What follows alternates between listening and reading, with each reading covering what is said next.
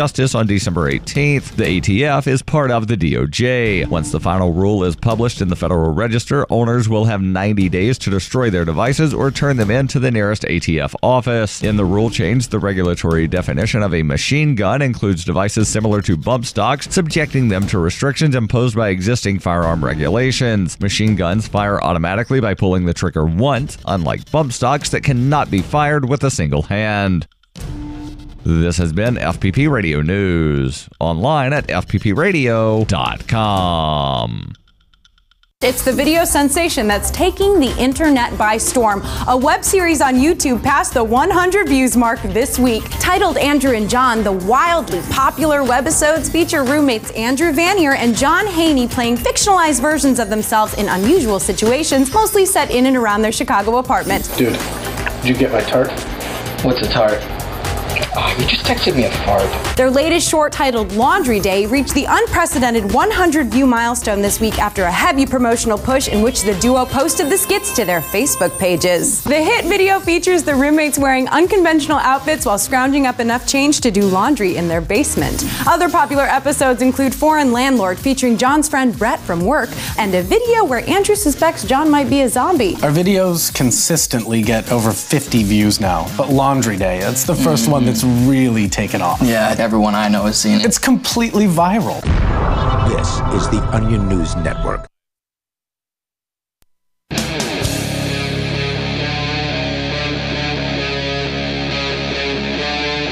Free Talk Live. Hey, it's Free Talk Live. You can join us here. Take control of the airwaves. The toll-free number for you is 855-450-FREE. That's 855-450-3733.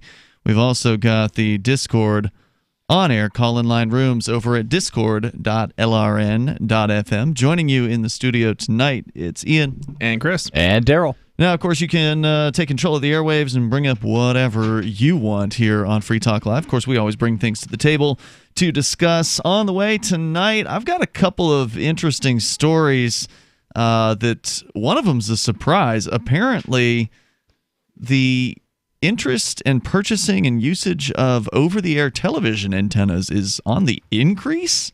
So that's a bizarre, kind of shocking news story. We'll get into that if we get the chance.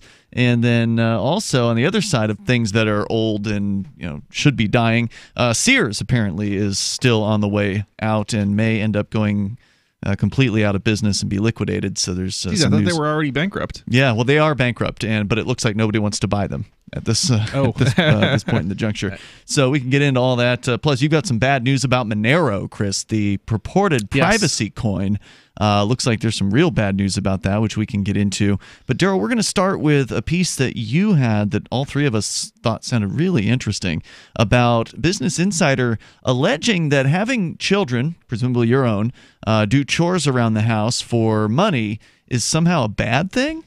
Yeah. Because I did this growing up. It sounds everybody strange, right? No, not everybody. No. What about you, Darryl? I did chores. I don't recall getting money, but mine was sort of disconnected from it. I would get an allowance, but only because I took the trash out. So like I had a job to do, and I presume if I didn't do that job, I wouldn't have gotten the allowance. So I kind of did. Yeah. So they say here, allowances aren't what they used to be. Instead of teaching children the value of money, an allowance could be teaching children entitlement. So says a sociologist from Lehigh University, Heather Beth Johnson, who studies families and wealth inequality. Now, if you have an allowance without any chores to back it up, then I could see how that would be entitlement, right? Like if you're my child, so therefore you get this amount of money every week.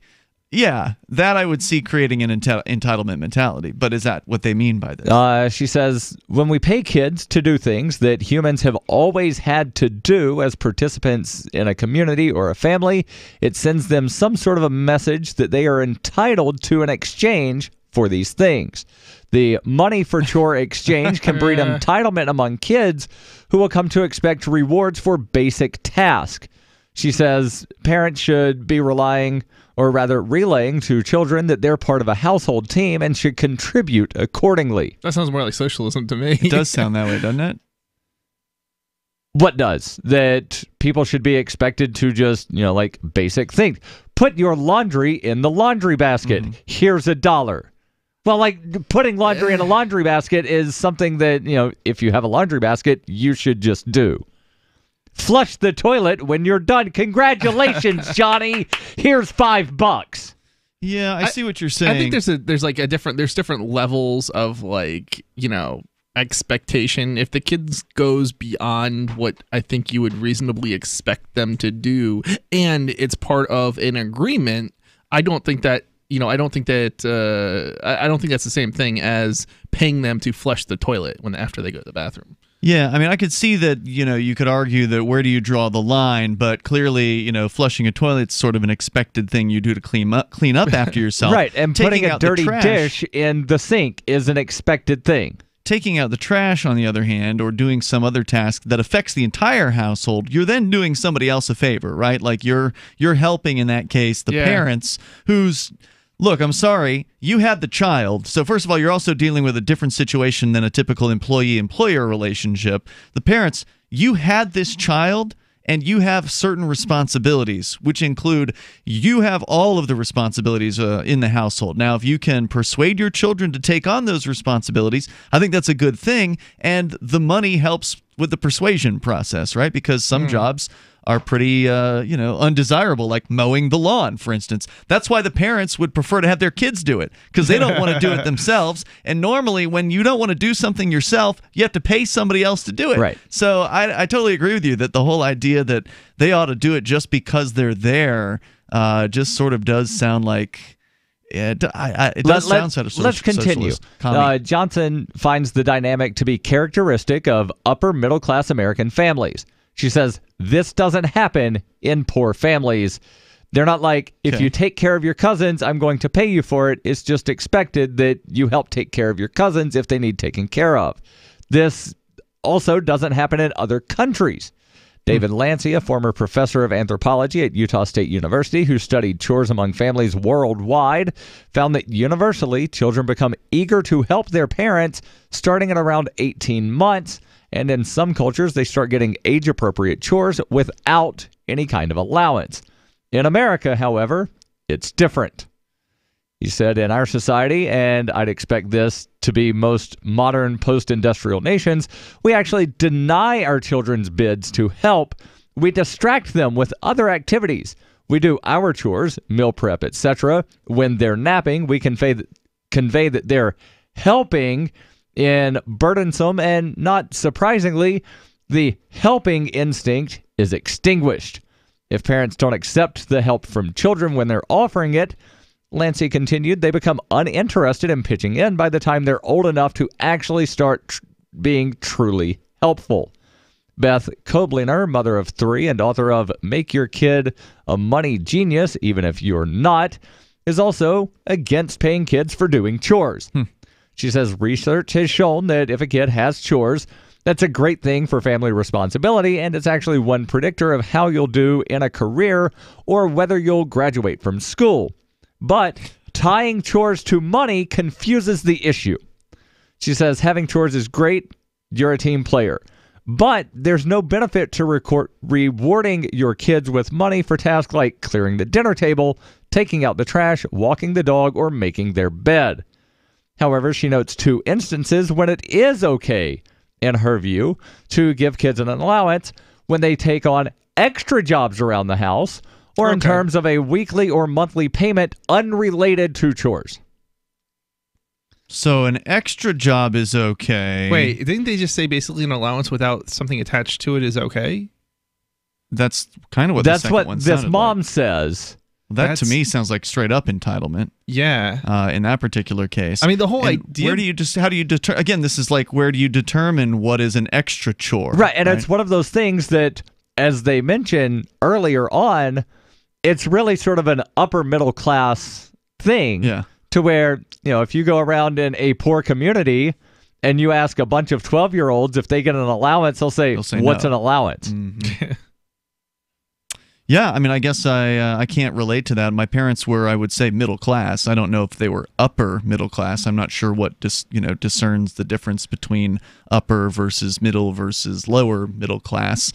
I never really thought that we were particularly wealthy. I mean, they drove a VW Bug in the early 1980s, and then what did they have? They had an AMC.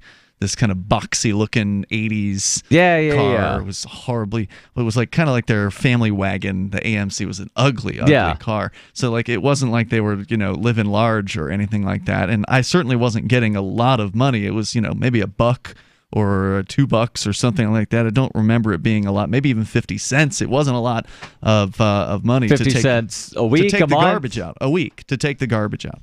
And so was that an extra chore? I mean, I don't really remember having any other chores necessarily that were my responsibility.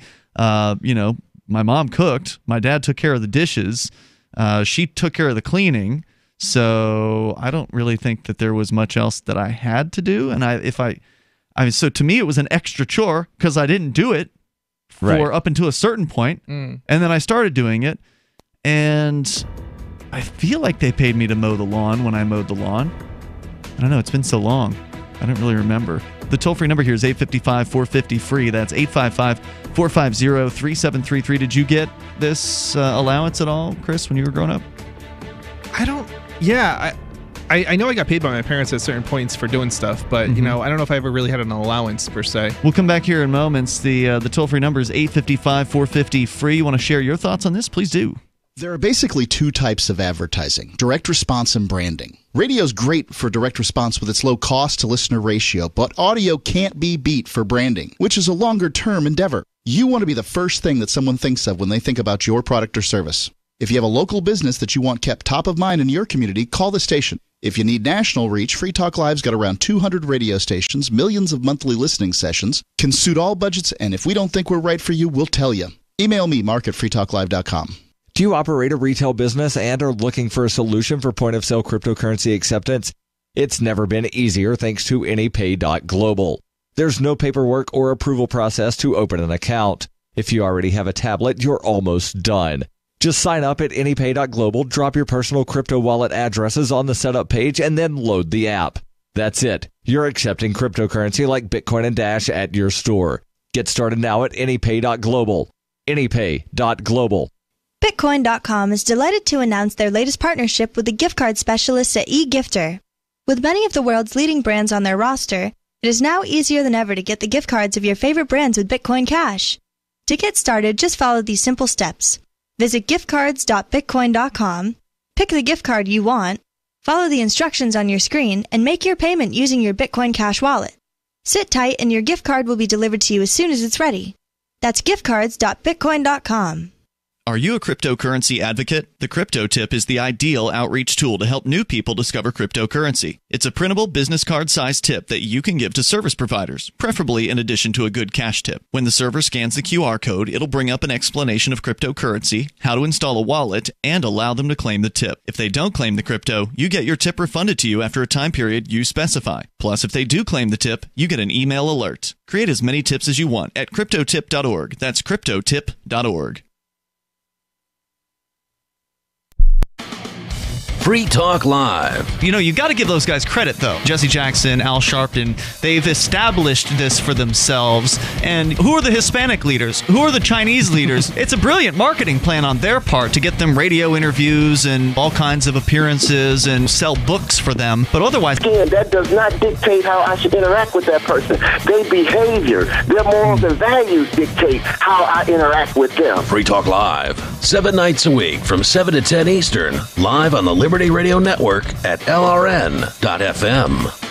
There are lots of ways to listen to Free Talk Live. Our podcast has been around since podcasts began, and now the FTL feed is loaded with content besides our full show archives. Did you know that we make it easy for you to customize your podcast subscriptions? We have different feeds, one that includes only our full shows, one with just the Daily Digest, and one with just the Edgington Post. You decide what you listen to. It's quick and easy to customize your feeds at feeds.freetalklive.com. That's feeds.freetalklive.com. Cell 411 is a free app for Android and iOS that replaces government-controlled 911. Cell 411 allows you to preset a group of friends or private organizations to show up in any emergency. Cell 411 is a nightmare for the state because it proves their so-called services aren't needed. Cell 411 has had thousands of installs, and of course it's covered by the BIPCOT no government license. Cell 411 because your friends won't shoot you when you're in trouble. Without the government, who would build the emergency services? You and Cell 411. Get it today at getcell411.com. Help get LRN.FM into more ears. Visit promote.lrn.fm for a free bumper sticker, flyers, banners, graphics, and more. Promote.lrn.fm.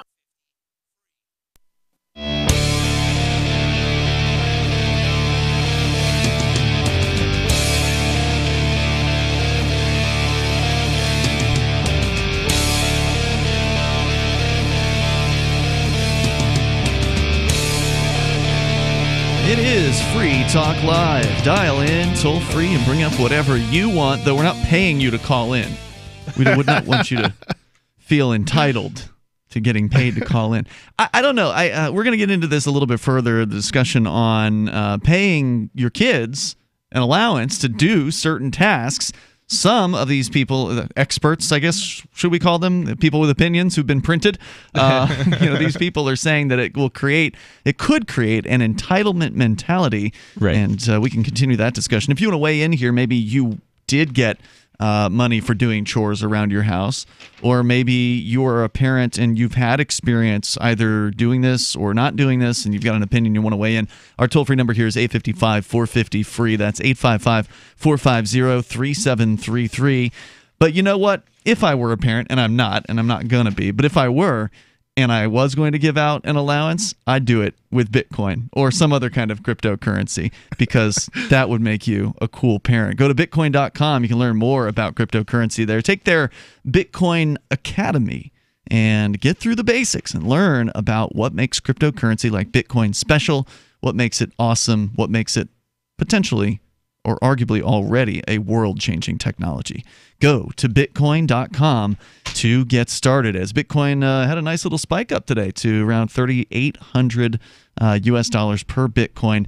You can go learn more at Bitcoin.com. So is the term entitlement really accurate here? I mean, unless you want to describe the idea of, you'll teach your kids that they should expect to get paid for doing crappy jobs, because that's basically what you end up with, right? Like if you're taking out the trash, you're washing dishes, you're working, weeding weeds out of the garden. Usually these are not particularly desirable or fun tasks that parents will saddle you with. What is an allowance? Because that kind of comes off to me as somebody being paid to do something actually without having anything attached to it. Yeah, I think you're right. An allowance tends to be just an amount of funds that are allocated to your children, regardless of whether or not for them to spend basically they as do they something. Please. Yeah. As opposed to if you actually do work for payment. Yeah, that doesn't seem to come off as an allowance to me. My parents still called that an allowance, but it feels different than just the dictionary definition of allowance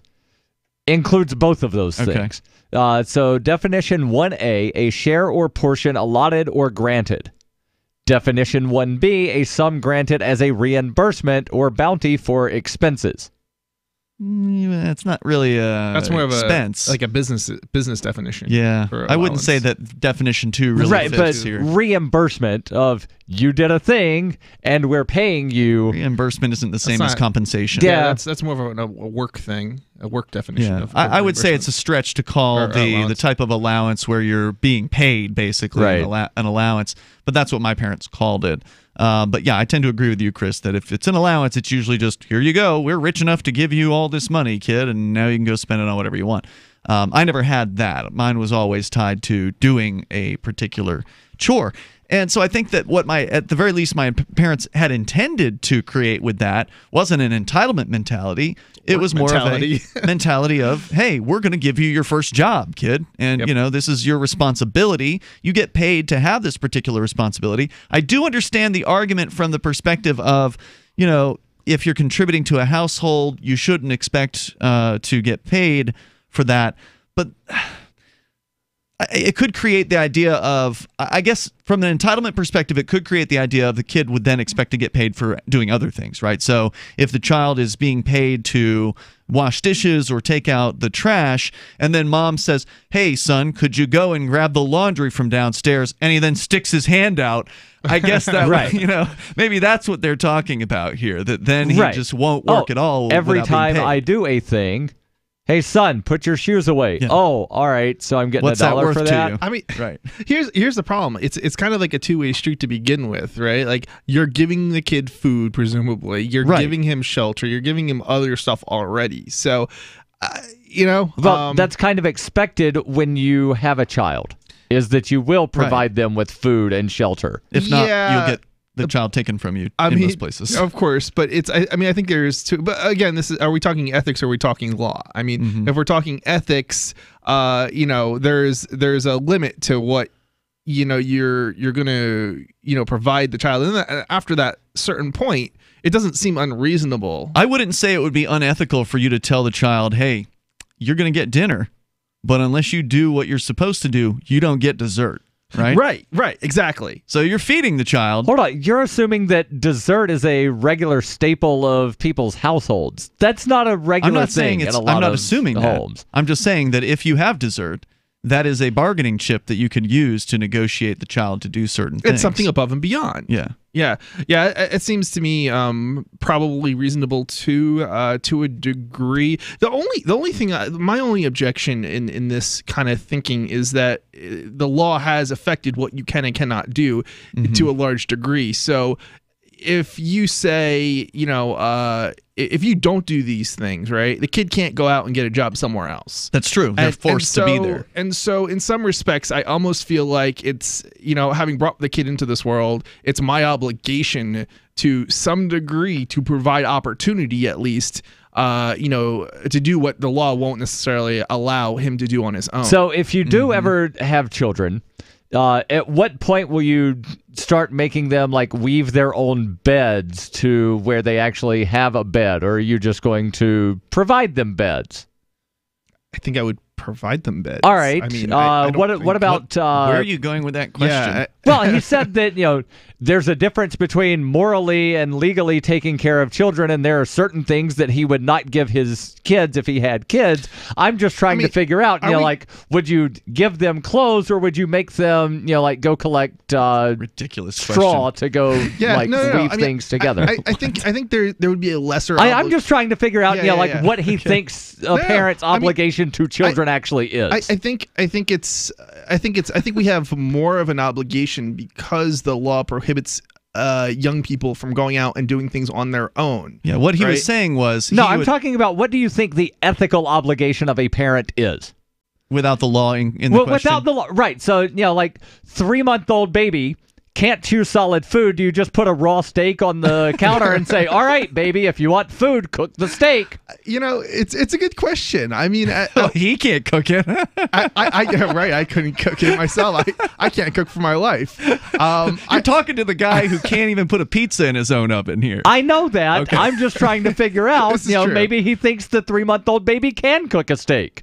I doubt that he thinks that. Yeah, no, I don't think that. I mean, I think there's certainly, without government, I mean, at what point, would somebody be self-sustaining, and at what point would they, have enough to get by? I mean, I think there's, that's a good question. And I'll answer your question, Darryl, as somebody who doesn't want to have children, but can come up with a straight answer here.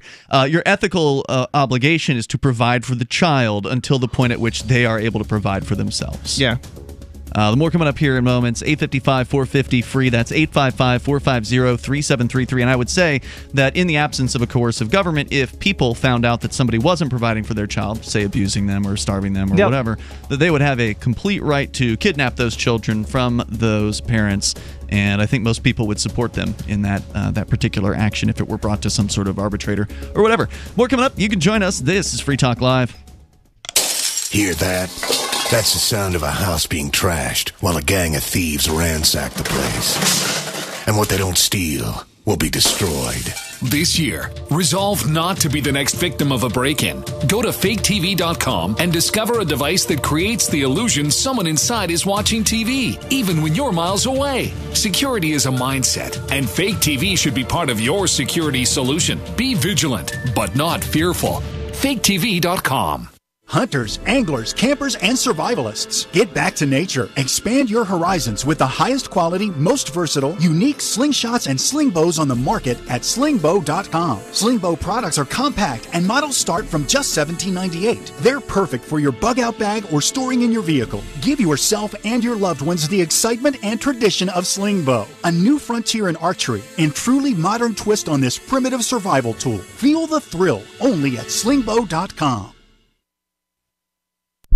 Is spreading the message of liberty, cryptocurrency, and peace around the globe worth $2 per month to you?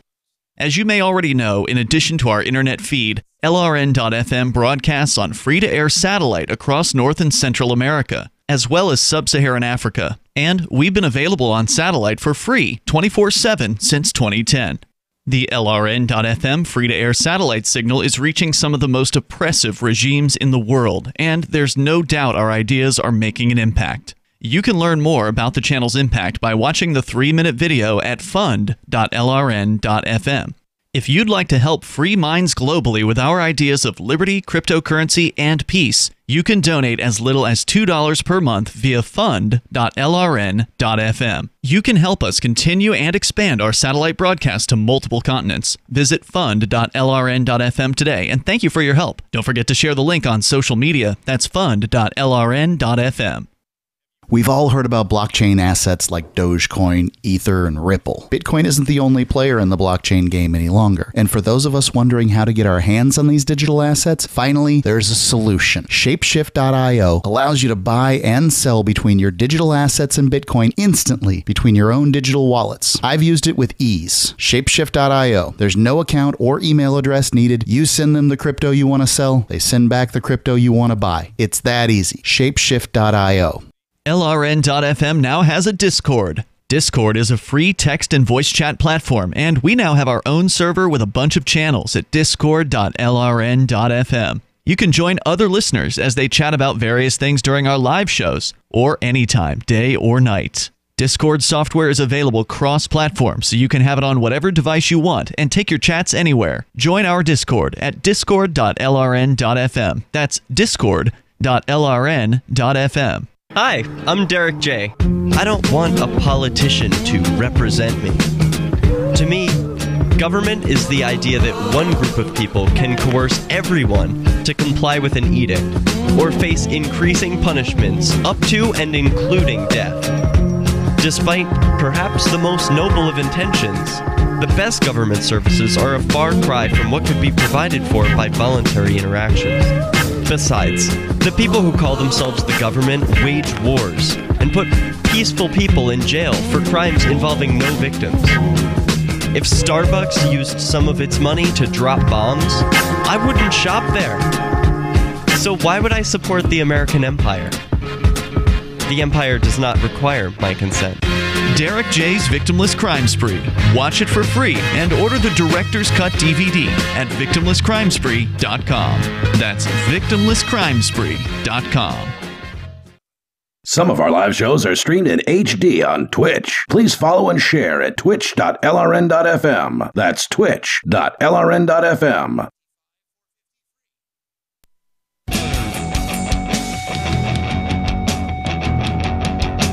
It is Free Talk Live. Dial in toll free, bring up whatever you want. Were you given an allowance as a child, or are you a parent that allows an allowance? Are you a parent that just gives straight up cash to your kids for doing nothing except existing? Or do you give them a payment in response for them doing some sort of chore around the house? You know, some sort of undesirable chore like mowing the lawn or whatever. You want to weigh in here because some people are calling that, some so-called experts are saying that may create an entitlement mentality. And they say it doesn't happen in poorer families, only middle class, or they call it upper middle class. Right. They also families. said that it isn't something that you see in most other countries in the world. Yeah, I thought that was interesting that, like, as well. It's uniquely American. Same thing with tipping a service provider. Yeah, it's pretty American. Yeah. You know, there are a lot of things that are uniquely American that Americans think this happens everywhere. And we don't even agree on that here. like on tipping, you different mean? areas. Yeah, it's like yes, we've nobody talked can about even agree about that. That could be a whole long other conversation. I don't know if we want to go there.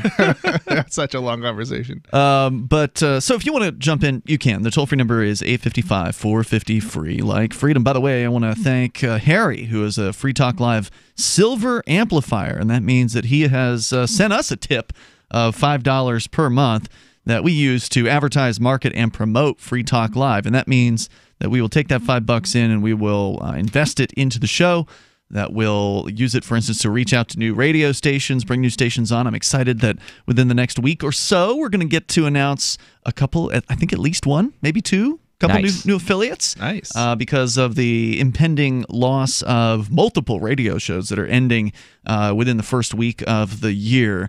So if you want to help amp the show, please go to amp.freetalklive.com, ampamp.freetalklive.com. You can use PayPal, you can use credit cards, you can use Bitcoin BTC to help us get the ideas of liberty out there to as many people as possible. And hopefully sooner rather than later. Plus, you'll get some cool perquisites as Free Talk Live amplifier, like access to the AMP-only Facebook group, the AMP-only, there's a chat room for supporters over on our Discord server, although we also let the Twitch supporters and who else? There's one other category. Oh, yeah, the Patreons. So pretty much anybody supporting what we do gets into those rooms. But the AMP program is the most direct way to support Free Talk Live. So go to amp.freetalklive.com. You get some other perks, too, like you get a Free Talk Live badge on the forum that we have and more. ampamp.freetalklive.com. So talking about the idea of an allowance, Darryl, you said you did not get one of these growing up in Alabama? I don't recall. You don't recall? I don't think I did. Too many times. No, like I know that I did, a bunch of different work around the house. My dad ran concession stands. I worked there. Did you get tipped out of a concession stand? Like if I were working at a concession stand, I would expect to get something at the end of the day. That's hard. But that ain't just making your bed. That's hard work. Yeah, right. Yeah, I don't. You don't even recall? I don't recall. Wow. Like I know, I got lunch money. Okay. Is that the same as an allowance? Like, you go to school, you have to buy a lunch at school. I don't think that's Is the same. that allowance? Did you get more than the cost of the lunch to where could you buy a lower cost lunch and pocket the difference? No, there was, here's the cost of lunch at school. No, I wouldn't say that's an allowance. Yeah, it's not an allowance. No.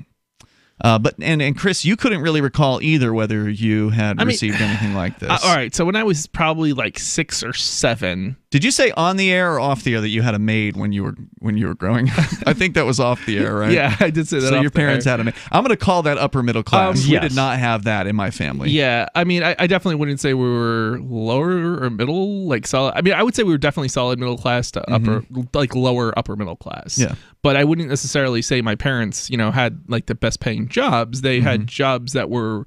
My mom especially had a job that was very well paying in her career, and she was at the top of her pay scale, and she had a master's degree. And my dad had a college, what you would get for a college educated job at least. So yeah, I mean, but I would definitely, yeah, I mean, so yeah, I definitely, I did, like I said, I guess like when I was like 6 or 7, I did get. I don't think it actually worked out, but I think my mom did try to pay me like a little bit of money, like like some sort of. A little bit of money to, I don't even know, like some sort of allowance type of thing. But like, I so long ago, it's hard to remember. I don't think I ever got that like consistently or anything. And I mean, I had chores to do, I guess, at certain points. What chores did you have to do when you were growing up? I emptied the dishwasher. Okay. And that was about That's an easy one. Yeah. So I don't know if that, I'm not even sure if that counts. But then again, I also did get money for lunch, and probably more than like I needed at certain points. So like, and certainly I got money, I mean, there was all sorts of stuff my parents would pay for. I mean, they paid for like lots of things, and as you would expect them to do. Yeah. But responsibility was there, and certainly I probably had money, at least, I mean, at a certain point I had money in my pocket, like at least certainly by middle school, age. The other thing even that younger than that, I probably had, cash in my pocket. I'll add to the conversation here with why I think my parents did what they did was they also just didn't give me stuff, right? So when I wanted a Nintendo, when I was, it was the late 80s or the mid 80s, and then Nintendo was available, the old NES and Nintendo system. Most kids, their parents buy them that stuff. Mine didn't. They said, if you want that thing, would be a birthday gift or a Christmas gift or something like that. I would never get anything like that. You never got presents for your birthday? I got some presents, but nothing big like that. There was never anything, maybe I got like a transformer or, Okay. I remember they gave me canned peaches one year in my stocking. Oh, wow. Okay. So, yeah, it wasn't like big money. I think Jackie spent more on her stocking for me this year than my parents probably ever put into mine. So, no, you don't have to be sad, Jackie. It's not a bad thing. They taught me to be responsible with money, and I'm grateful for it. Like, they didn't splurge on me or anything like that. But, look, you want that Nintendo? You got to be able to buy the Nintendo. Now, here's how you can do it. You can do some chores around the house, and we'll pay you this allowance to do that. And sure enough, I was able to save up over however many weeks it took to do it. The $100 or whatever it was to buy the brand new Nintendo at Walmart. One thing that... And it was a real accomplishment, like to do that. Yeah. Well, one thing that might be interesting, and I wish that we had the info that we could look at from these college professors and researchers that put out this thing that Business Insider did the article on. Did they look at people that got allowance and the parents also just bought them whatever they wanted? Yeah. You know what I would say? Because that's straight up entitlement, right? Because there's a big difference of, all right, here's allowance. You want that thing? Save your money. You want to go to the movies? Save your money. Right. Versus, here's money, do whatever you want to. And here's an allowance on top. You want to go to the movies? Here's some money for the movies. You want this? Yeah. We'll just That's go buy you. straight up spoiling is what that is. Right. So, are those the people that were being looked at in this thing? Because, again, they do mention that what they were looking at was really unique to upper middle class America. Right. You know what I would describe what I would probably say is like at least middle, like solid middle class or lower, maybe upper middle class, maybe even upper class. Bribery is the best way to describe what that class does, I think, with their kids. I remember not excluding myself necessarily, my parents, but other parents, I would say, are along par. You want your kid to do something and you would basically pay them off. And I think that happened a lot with other people that I knew. You mean like a parent giving the child what they want so they'll stop crying? That kind of thing? No. That's, I would say, more like spoiling them outright. And I think that I saw a lot of too, but more in the upper class. Not, I would say, like middle class, upper middle class. Because, so I interacted with people who were really, really wealthy, and those kids, they just got everything they want. I'll give you an example.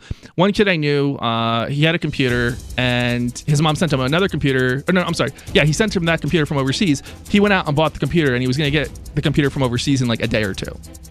Just because he needed it right away? Right, exactly. That's what the wealthy straight up do. Spoiling. I mean, that's what the wealthy do. What were you calling that? That's wealthy. Not upper middle class. Well, it's spoiling. That's what it is. I mean, you could be wealthy and still not spoil your kids. Right. Potentially, but that coming up here. That doesn't happen, I don't think. In moments, this is Free Talk Live. Bitcoin.com is delighted to announce their latest partnership with the gift card specialists at eGifter. With many of the world's leading brands on their roster, it is now easier than ever to get the gift cards of your favorite brands with Bitcoin Cash. To get started, just follow these simple steps. Visit giftcards.bitcoin.com. Pick the gift card you want, follow the instructions on your screen, and make your payment using your Bitcoin Cash wallet. Sit tight and your gift card will be delivered to you as soon as it's ready. That's giftcards.bitcoin.com. You want to know the 37 items you must have to survive a crisis? Then I've got some good news for you. Former CIA officer and New York Times best-selling author Jason Hansen is now giving listeners a free copy of his book, The Escape Bag Blueprint, 37 Items You Must Have to Survive a Crisis. You can claim your copy at freeescapebook.com. Don't delay. Jason reveals the guns, knives, flashlights, and water filters that could save your life in an economic collapse or grid-down event. Get your free book today, freeescapebook.com. freeescapebook.com. Marijuana has unleashed a green gold rush across our nation. It's creating $10.8 billion in new wealth a year. And every day, it's transforming more and more Americans into millionaires. In an historic event, former Speaker of the House John Boehner reveals how you could become one of them. Join him online for the American Cannabis Summit. Attendance is 100% free, but space is limited. Join online at www.acs2018.com. This event is the first of its kind ever. John Boehner and an esteemed panel will reveal which cannabis stocks are primed to deliver life-changing windfalls in the weeks and months ahead. Plus, they will show you how to become a cannabis angel investor, backing the hottest startups before they potentially become worth billions of dollars. Join American Cannabis Summit online at acs2018.com. Attendance is free. That's acs2018.com. On Free Talk Live, we're bringing people to the ideas of liberty every day. From wrestling superstars like Glenn Jacobs. You guys really are having an impact, I believe. Like I said, a lot of where I am now is due to listening to Free Talk Live. You changed my mind on some very important issues years ago. To random people tuning in on the radio. I was kind of stuck in the left-right paradigm. I heard your show by chance on a Saturday night. From there, I went on, joined the Free State Project, and become an amplifier. So, I mean, that's really the reason why I amp is because I know that if it wasn't for you guys being on as many stations as you are, I never would have found the ideas of liberty. Your amp will directly change more lives by getting Free Talk Live in front of people looking for talk radio online and on the air. When you amp Free Talk Live, you get perks like access to the AMP-only Facebook group and AMP podcast. Visit amp.freetalklive.com. The LRN.FM social media channels have been revamped. We've eliminated Facebook and focused on other platforms like Twitter and Mastodon, the decentralized alternative to Twitter. On our accounts, you'll find posts from multiple LRN.FM show hosts together in one place. Follow us on Twitter at twitter.lrn.fm, or better yet, move to the decentralized Mastodon social media platform at toot.lrn.fm, toot.lrn.fm. I think you'll like it.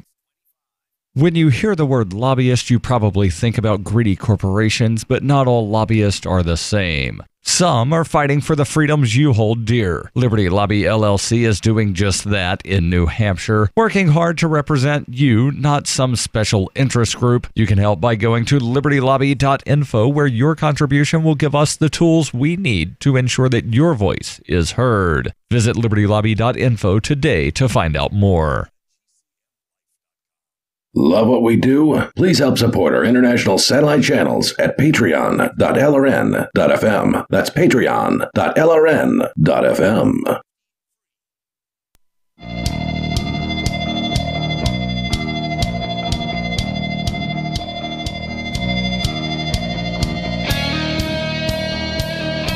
Hey, it is Free Talk Live. And we're here, by the way, throughout the holidays. I want to remind you about that. New Year's Eve, New Year's Day, we're going to be here. You can take your day off. That's fine. But we like doing this radio show, like being here live for you, because we know you know, there are people listening. So why would we want you to have to listen to something stale? So we're here every single night. You can join us live on the radios at 855-450 free. That's the toll-free line, 855-450-3733. We do have the Discord on-air call-in line rooms as well over at discord.lrn.fm. So maybe you want to weigh in on the discussion we've been having about having children, and is it an entitlement creating thing to give out an allowance even if it's for doing chores around the house? And I don't think that it is. The so-called experts that Business Insider talked to seem to think it was. But you asked a good question, Darryl. Did they assess the other entitlements / incentives or whatever that might exist in the household? Were these parents the kind of parents who were going to just buy their kids anything they wanted? Right. Yeah. I went to high school with a couple of people that every year throughout high school, they got a brand new car at the beginning of the school year. You gotta Are be you kidding. serious? Yes. Wow. Yeah. It Where was did you go a to set school? of twins just outside of Birmingham. It was one of these... Were they girls or boys? Yes. It was a set of twins, one boy, one girl. Oh. Okay. What do they call that? There's a name for that. Twins. Fraternal They're called twins. twins. Jackie's in the background. Yes. And she knows the answer.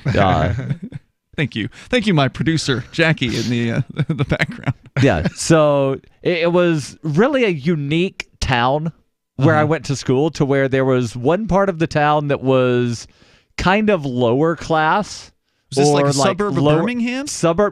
The town just outside of Birmingham, where we literally lived on the other side of the tracks. Like, we had to cross railroad tracks to get to the school. And then there was a nicer, more like upper middle class area of the town, and they definitely lived in that upper middle class, not quite gated neighborhood, but what do they call it? Subdivision. They were in a really nice subdivision, and yeah, it's a new car. The guy wrecked his car during the middle of the year, and both him and his sister got brand new cars after he wrecked his. Wow, totally spoiled. Ridiculous. Yeah, that sounds like I had to some pay for cousins of mine. my car. My first was a truck. It was my parents, so it was, hand me down, but they made me pay for it. They were definitely, they were definitely the outliers in the school as far as most people just didn't have like that happen. Yeah, that was not the norm, but that was the range from, like people that drove fifth generation cars. Yeah. And, yep, this was my great granddaddy's car, and My we truck just was keep 22 years replacing old. the carburetor. I got it. And I drove it till it died, basically. So, I mean, given those circumstances, I feel like, maybe middle class at best for my parents, maybe lower middle class, because at the very least, if they were better off, I didn't know it. Because it didn't seem like that it was a luxury life or anything like that. And most But they kids weren't aren't going either. to realize, whether most finances, kids aren't going to know if their parents were, well off, not well off. Right. All they would know is, I never had to worry about food, and I had clothes when I needed them. And it's also something to keep in mind is who are you going to school with? Were you going to school with people who were all purely middle class? Did you have a mix? Was there a lower class, middle class, upper class? Because unless you were actually interacting with people of different classes, you probably have a harder time, putting yourself, into a particular class. Yeah. I had never really mixed with or been around people of like a lower class until I got to college. So I didn't even know, what that even meant. I knew what upper class meant. Yeah, and my parents had a good work ethic too. Yeah. So like they're still working. They're in their late 60s, and they're still both working. My mom owns a business, and she's owned that for years. But my dad works for a company. So let's go to your calls and thoughts. We got gamer profiles on the line on our Discord on-air call-in line rooms. Go ahead. I was wondering, what is this guns and drugs tip thing for? Okay, so I'm confused. Huh? He said he's confused. I'm confused with well, it. we will alleviate your confusion. So on a lot of these Twitch streams, you're watching us on Twitch, obviously, at twitch.lrn.fm. On a lot of Twitch streams, the Twitch streamers will try to get it to a certain tip goal or something like that. All right. In the case of like the girls that are there showing off their bodies, they will then play. There's one girl that'll like play Twister with herself if she gets to a certain goal. All right. In our case, they have to have a goal that in order to have the fundraising bar. Okay. And I chose guns and drugs because, we're a libertarian show. Yeah. So, does that make sense to you, gamer profiles? Yeah. There you go, man. Thanks for the call, man. I appreciate it. Toll-free number here, 855-450-FREE. That's 855-450-3733. And it's also kind of a play on the movie that our friend Michael Dean did, Guns and Weed. Guns and Weed. A Road to Freedom. Great movie. People who haven't seen that, highly recommend you check that one out. It's free online, by the way. You can go and see it, I believe, on YouTube. Just search for Guns and Weed, and I imagine that will be the first results. So yeah, and by the way, there haven't been a whole lot of donations to the Guns and Drugs Fund, but it's there if you want to. And that's another way that you can contribute. I did mention I mentioned earlier that we have the AMP program over at amp.freetalklive.com, and this is another way to contribute. In fact, during our after shows, if you throw something into the tip jar there, then I will distribute the funds immediately to the hosts on the show at that time. So that's a way to contribute directly to the folks that are here. All right. So we continue here. Toll-free number 855-450-FREE. We're talking about, raising your kids in various different ways, spoiling versus not spoiling. And I'm very against spoiling people. I wouldn't even spoil my dog, the Jazzy, the studio beast. I learned about a technique for raising dogs called the no free lunch method. And it, in my opinion, worked very, very well. The idea is if the dog wants something from you, whether it be to go outside or whether it be to, get some food or whatever it is the dog wants, that the dog has to do something for you first. So, it could be simple as making the dog sit first. Do a backflip.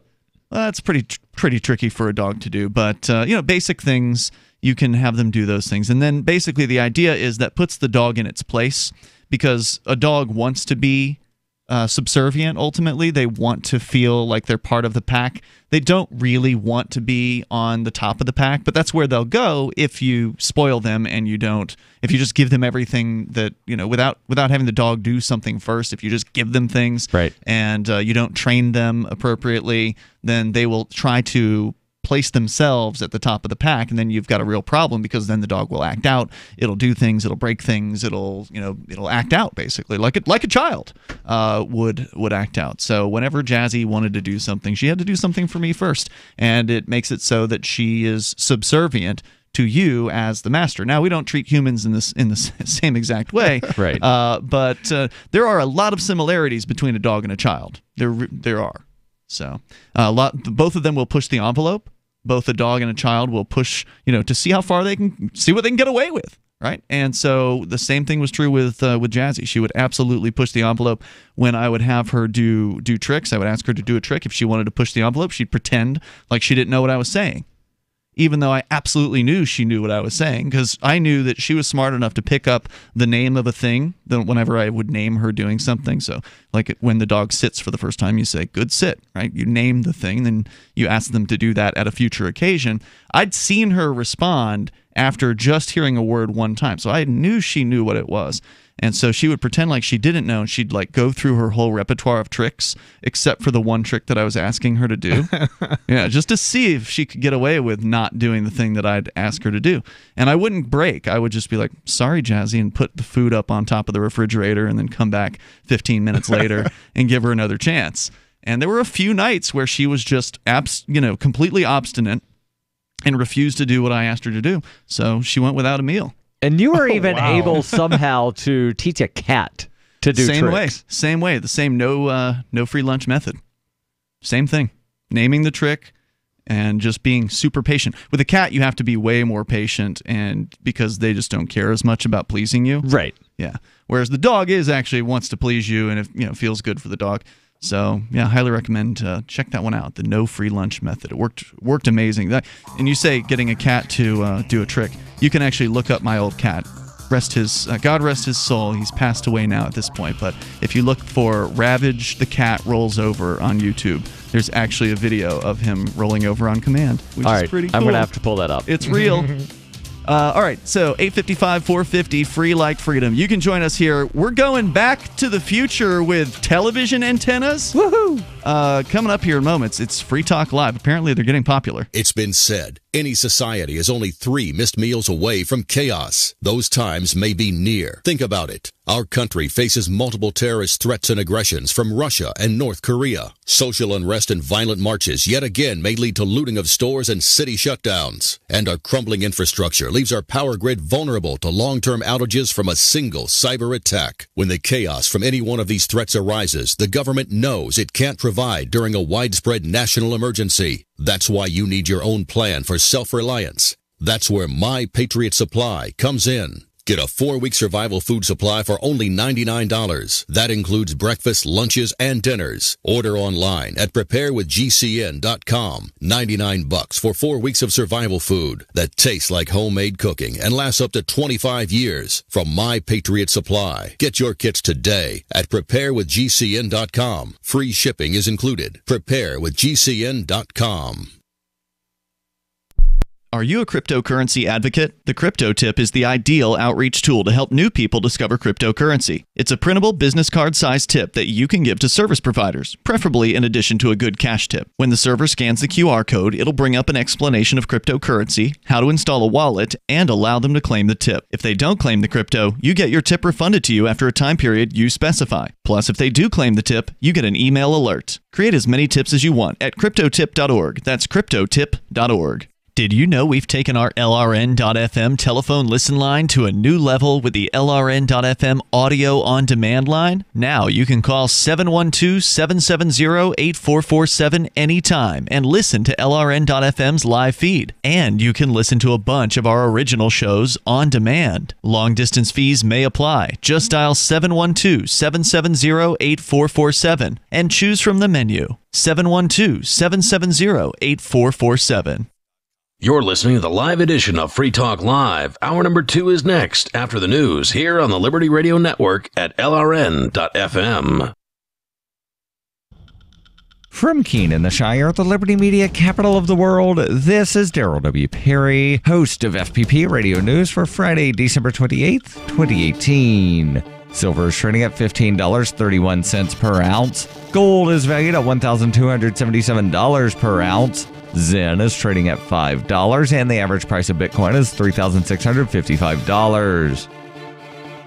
Antiwar.com reports Afghan election officials have announced that the April presidential election is going to be postponed for at least 3 months. A new date is not set, but is expected to be in either late July or early August. Officially, this is the result of potential candidates being unable to meet registration requirements and is intended to buy more time for that and allow them to hold a proper election later in the year. In reality, the U.S. has been publicly urging Afghanistan to cancel the election to support ongoing U.S.-Taliban negotiations. Recent talks have suggested that the U.S. is offering the Taliban positions in a new caretaker government, which would replace the existing Afghan government outright. U.S. negotiators have envisioned having a deal in place somewhere around April and thought having an election would complicate those efforts. The Taliban has not said anything about this particular election, but considers the Afghan government as a U.S. proxy and of little importance on its own. This is why Taliban negotiators are saying any deal requires the U.S. to withdraw from the country. When you hear the word lobbyist, you probably think about greedy corporations, but not all lobbyists are the same. Some are fighting for the freedoms you hold dear. Liberty Lobby LLC is doing just that in New Hampshire, working hard to represent you, not some special interest group. You can help by going to libertylobby.info, where your contribution will give us the tools we need to ensure that your voice is heard. Visit libertylobby.info today to find out more. Reuters reports more Americans blame President Donald Trump than congressional Democrats for the partial U.S. government shutdown, according to a new Reuters Ipsos poll released on Thursday, as the closure stretched into its 6th day with no end in sight. 47% of respondents hold President Trump responsible, while 33% blame Democrats in Congress, according to the poll, conducted mostly after the shutdown began. 7% of Americans blamed congressional Republicans. The shutdown was triggered by Trump's demand, largely opposed by Democrats and some from the Republican Party, that taxpayers provide him with $5 billion to help pay for a wall that he wants to build along the U.S.-Mexico border. Its total estimated cost is $23 billion. Just 35% of those surveyed in the opinion poll said they backed including money for the wall in a congressional spending bill. Only 25% said they supported Trump shutting down the government over the matter. In a statement on Thursday, White House spokeswoman Sarah Sanders said, "The president has made clear that any bill to fund the government must adequately fund border security." The statement made no mention of Trump's proposed wall. Showing little sense of urgency, both chambers of Congress convened for mere minutes late on Thursday, but neither took any action to end the shutdown before adjourning until next week. Democratic Representative Jim McGovern tried to interrupt the brief Republican-run session in the House by offering a measure to reopen shuttered government agencies and keep them running through February 8th, but he was ignored and his microphone was cut off. The House session lasted less than 3 minutes. McGovern told reporters later, "That was a legitimate request and I should have been recognized. They wouldn't even recognize me. This is the way they've been running this place." Zencash has changed their name to Horizon to better represent their transition from a cryptocurrency to a pioneering platform that protects consumer data. They are working towards the day when anyone will be able to build privacy-based applications on the Horizon platform. The unique spelling of Horizon is a nod to their heritage and recognizes that they remain committed to the vision that their project was built upon. Their coin and ticker symbol remain ZEN. Learn more at horizon.global. UPI reports a pro-gun group's lawsuit is seeking to overturn the Trump administration's planned ban on bump stocks. Gun Owners of America, as well as some other pro-gun groups and individuals, filed suit Wednesday in the Western District of Michigan that opposes the restriction on devices that allow semi-automatic weapons to fire more rapidly. They are asking the court for an injunction to block the Bureau of Alcohol, Tobacco, Firearms, and Explosives, ATF, from moving forward with the ban, which was announced by the Department of Justice on December 18th. The ATF is part of the DOJ. Once the final rule is published in the Federal Register, owners will have 90 days to destroy their devices or turn them in to the nearest ATF office. In the rule change, the regulatory definition of a machine gun includes devices similar to bump stocks, subjecting them to restrictions imposed by existing firearm regulations. Machine guns fire automatically by pulling the trigger once, unlike bump stocks that cannot be fired with a single hand. This has been FPP Radio News, online at fppradio.com. Following reports of a newly posted job listing at area marketing firm Swenson Digital, The Onion spoke to a few of the 1,400 applicants who claim they are, quote, absolutely perfect for this position. When I first saw this opening, I knew it was right for me. I've got tons of experience. I've got all the skills they're looking for. If you look at my resume, I've got everything they're looking for. I mean, I've held similar jobs like this in the past. I'm extremely driven. I really think this is going to work out. I've got a BA in marketing, which the posting said was recommended, so I think that'll bode really well for me. I've had plenty of team experience, and I think that would stand out. Not to mention the fact that I'm great with web design and HTML, and pretty proficient with Excel and PowerPoint. Also, I think the culture is very me, you know. I think I'd fit in well with the other employees. I also think I had a great resume and cover letter. I think as soon as they interview me, they'll see I'm the perfect candidate. As of this video's release, Swenson Digital had extended a job offer to an applicant who happens to be a friend of the boss's son. This is the Onion News Network.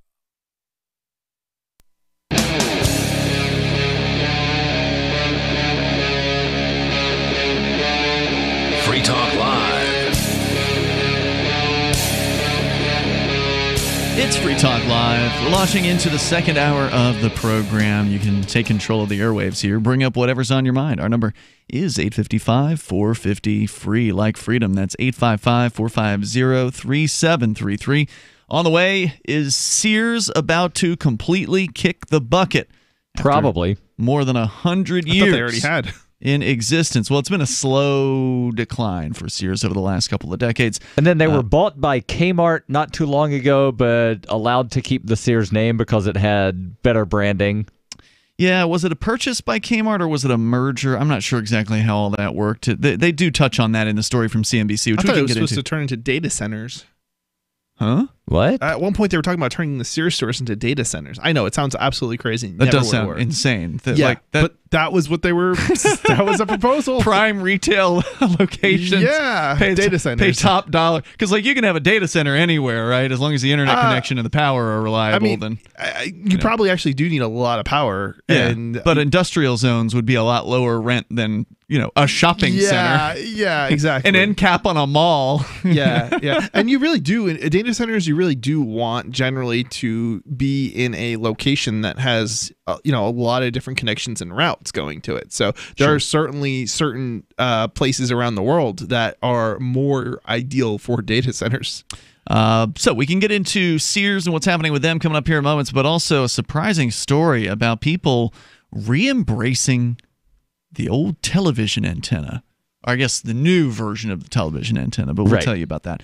Sarah is on the line, however, to start things out here this hour in New Mexico. You're on Free Talk Live. Hello, Sarah. Sarah, do you have a television antenna? Good question. No, I do not watch TV. Good for you. I'm so busy. Well, you can have a television antenna without actually watching television. But why would you have one if you didn't watch TV, Darryl? Maybe there's nothing good on. Maybe she has the antenna, flips the channels, realizes there's nothing on, and then turns it off. I suppose you could have purchased a TV antenna and then never used it, I suppose. You know what a better question might be is, do you have a TV, Sarah? Well, that's what I was saying is that I'm so tired. I'm so busy calling in radio shows, calling in talk radio that I have no time to watch television. I don't bother with television. Good for you. That's great. Do you own a radio?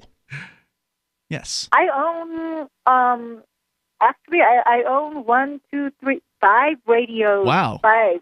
All right. Yeah, portable. Do you listen to them? Yes, Darryl. She's told us once that she has actually listened to Free Talk Live on delay broadcast because we're on KABQ there in Albuquerque. No, okay. Last night. I knew, she didn't listen to us at all. Well, she does. It's just I later on. want to talk to you. I listened after the show what you said. I want to talk about the pedestrian fatalities. Okay. You're saying that the alcoholics are the one that's jumping out on the street and getting killed. According to the statistics, they're not jumping, probably stumbling. But according to the statistics from newspapers published in your town, the majority of the alcohol-related, I believe like 80%? Of the alcohol-related pedestrian fatalities, it was the pedestrian that was intoxicated. Okay, so my point is that how come the alcoholics, the drunken alcoholics, they go down in number every time we have a red light camera? I mean, how does the red light camera reduce alcoholism? An alcoholic pedestrian walking down the street. It doesn't at all. So then what's the only difference is that when we still had red light cameras, there was less pedestrian fatalities. Probably a coincidence. Yeah. 47. That's when we still had about 5 red light cameras in our state and speeding bans. It's probably a coincidence, Sarah. 7. The odds that you're going to have a fatality at an intersection where, half the traffic is going to be stopped would seem to be a little bit lower in that case. But I don't really know. That's speculation on my part. Right, and also the statistics show that the vast majority of pedestrians that get hit by cars aren't getting hit in or near crosswalks. Yeah, they're walking down the street. They're stumbling down the street, Sarah. What's happening is they're S-face drunk. They're stumbling down the street to go wherever it is they're going, probably to the next bar, and they are stumbling into the road right as an oncoming car is going 60 miles an hour, and they just fall into the road, and there's just not enough time for that person to swing out of the way or hit their brakes without hitting that person. And then you end up with a dead, drunk pedestrian. What you are saying is that the red light cameras affect alcoholism. No, that's what you're saying. That's what you are saying. That's exactly what you're saying. That's what you are saying. That's the point that you are saying. No, that's not what I'm saying at all. You're the one that's saying that alcoholism is related to red light cameras. You said that, not us. Saying. You're saying that. Why is it? My point is that why does the pedestrian fatalities go down when there are red light cameras and speeding bans? Okay. When they are removed, it goes back to being number one. We've tried to explain this to you before, okay, and I will try to explain it to you again. Causation is not the same thing as correlation. So what you're doing is you're explaining a thing that is correlative, meaning that you're looking at this statistic over here, the amount of fatalities of pedestrians, and then you're looking over at this other thing, which is to say whether or not red light cameras are there or they're not there, and you're drawing a conclusion saying, well, you're saying because the red light cameras aren't there or are there, that is changing the number of accidents. And that's not necessarily the case. There's no evidence that that's the case. It sounds like this is like a one-time thing, like as opposed to having a lot of data to back it up. Correct. The red light cameras did exist, and then they got removed. Yeah, that's not enough data to even make a correlation like that. Well, I mean, you can make whatever correlations you want, but I mean, it doesn't mean anything, you know? I mean, true. You could say the full moon. During a full moon, more people get hit by cars. And I just pulled up the statistic. According to the police chief in Albuquerque, 62% of the time pedestrians who were killed were under the influence of alcohol. That's all pedestrians being killed, as opposed to alcoholic-involved accidents where you'd said there was also a high number of. So basically the majority, a large majority, Sarah, of people who are being killed, who are pedestrians by cars, are drunk. police chief also determined that pedestrian error was at fault for another 12% of fatalities. So basically 3 out of 4 fatalities. It's the fault of the pedestrian. Yeah. Sorry, that has Sarah. nothing to do with red light cameras, blue light cameras, green light cameras, blue light specials, what phase the moon is, what time the sun rose in the morning, the height of the mayor, how much the mayor weighs, how much they spend on painting cars blue, purple, red, green, white, etc. Thank you for the call, Sarah. Appreciate it. You gotta, yeah. I mean, it's just ridiculous.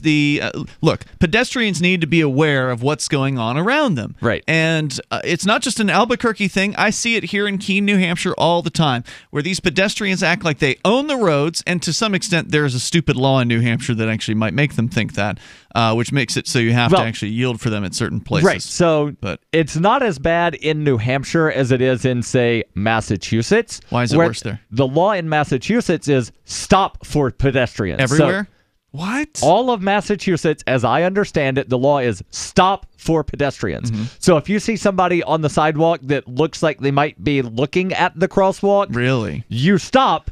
Wait, is it only in crosswalks or just any old place? Crosswalks. Okay, only in crosswalks. Okay. Here, if they're in the crosswalk, then you yield to, which means slow down, let them finish. Well, normally you're stopping anyway because you have to stop, otherwise they're not going to cross. Right, well, depending on how far away you are. I'm assuming, like if you're 100 yards away, you just start slowing down. They finish. You don't need to come to a full stop. In most cases, it means you have to stop. Right. And so these people will just cross right out into the road without even looking in some cases. Without waiting on cars to slow down. In many cases, yeah. Yeah. And it's just this crazy. They just don't even think about it. They don't even look. They don't even think. They just, I don't know what they're thinking, if anything at all. It's like, well, I guess I can just cross wherever the hell I want to and not even worry about somebody careening into me because the law is going to protect you. Yeah, it's interesting in New Hampshire. I read a little bit about this. You're supposed to look both ways before crossing, but it doesn't have to be at a crosswalk.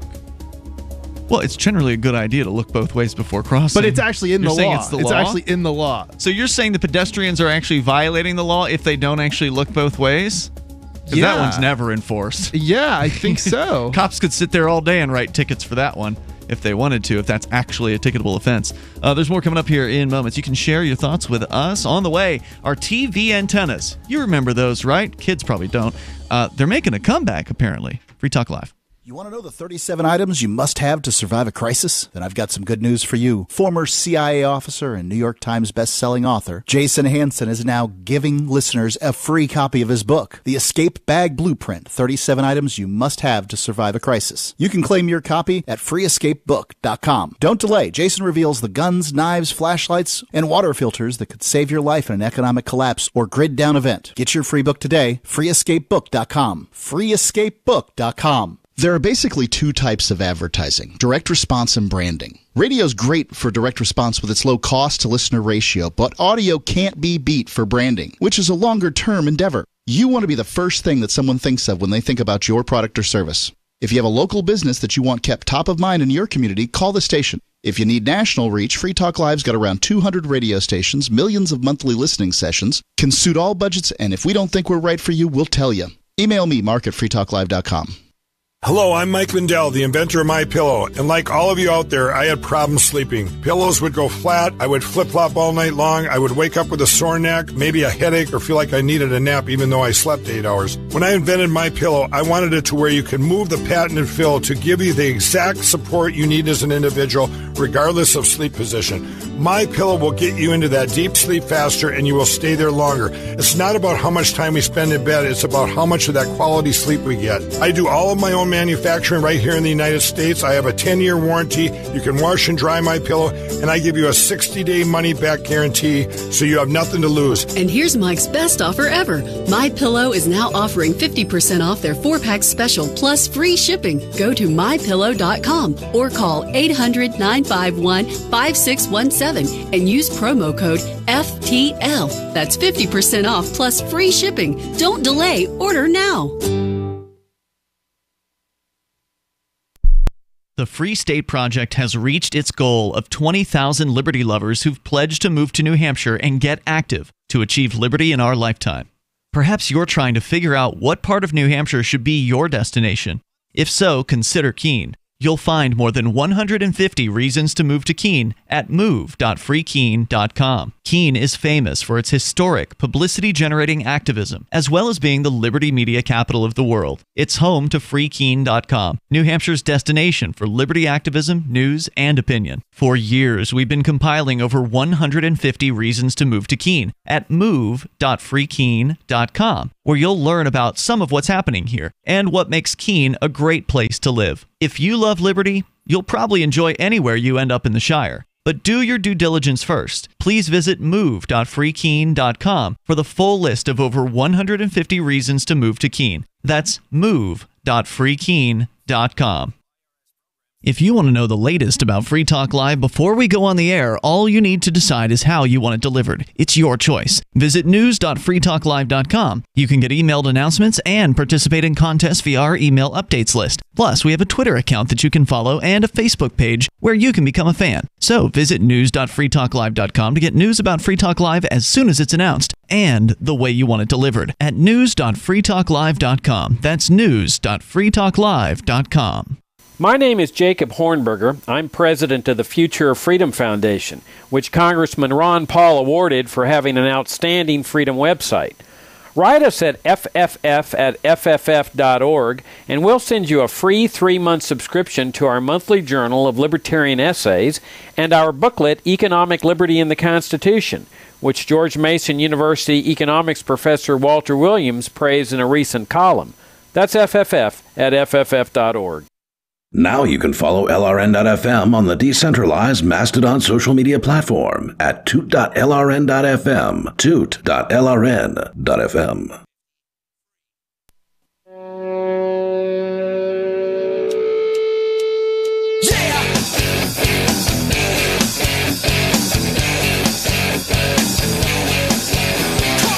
It's Free Talk Live. You can dial in toll-free here, 855-450-FREE. That's 855-450-3733. From the big issues to the minutia of crossing at crosswalks, we really will talk about anything here on Free Talk Live. In fact, Darryl, you've been doing some research, checking the claim that you do have to look both ways. Apparently, you do not, as a pedestrian, have to legally look both ways. Correct. Before just stepping right out in front of traffic. So now it does say in here. I would have sworn that was in there, right in the section where he's looking right now. So if he's not seeing it, I'm not sure why. It does say in the pedestrians right-of-way section that the crossing at other than a crosswalk, that pedestrians must yield to cars. So the only time that automobiles in New Hampshire, your mileage may vary depending on where you live, the only time that automobiles are required to yield to pedestrians is when the pedestrian is in the crosswalk.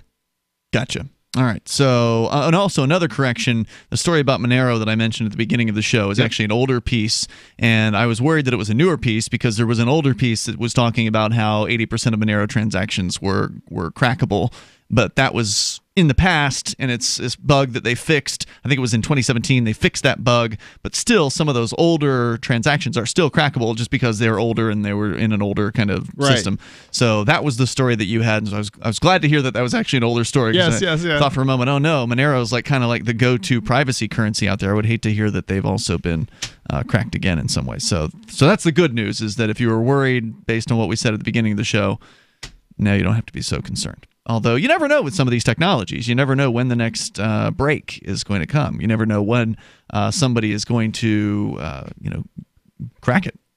And hopefully that won't happen with some of these privacy cryptos. But there's no guarantees. That's the thing with the privacy cryptos. There's a lot of cryptos out there that claim to be privacy friendly, or they're oriented toward privacy, but I'm not very confident in the math behind it.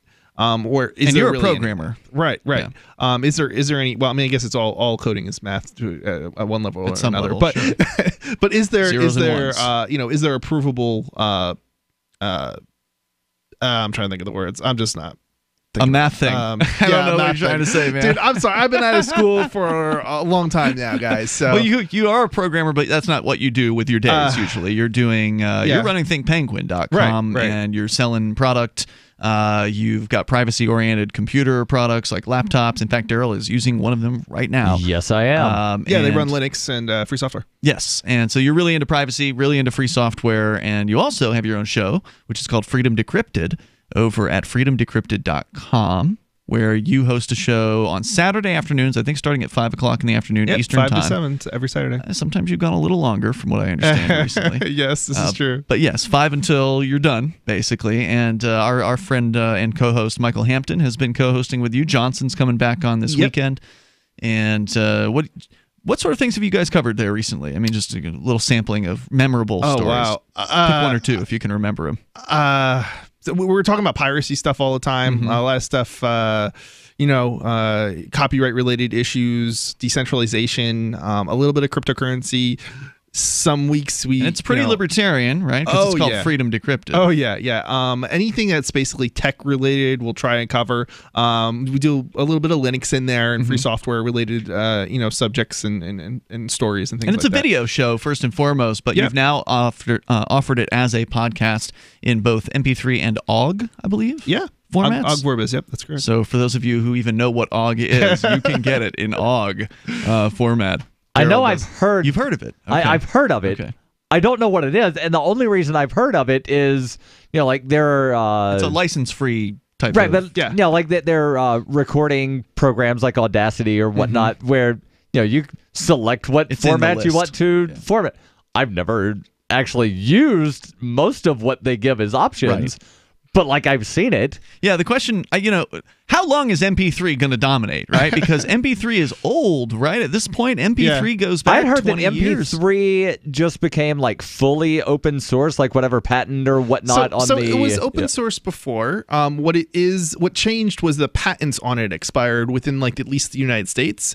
So, and that's the whole reason that OGG Vorbis exists is an alternative to MP3, so that when you just distribute or encode, that's when the patents were, an issue. But actually playing back, the patents were not an issue. But didn't they have free encoders? I think Lame was a free MP3 encoder. In terms of source code, yes, but I think there were royalties or something along those lines that you would have to pay. Well, I tell you, I've never paid a dime to encode MP3. Yes, I know. But theoretically, usually probably the software, if you licensed it from somebody, you would have to pay. And if you use the free software and you did encoding, then you'd maybe have to pay.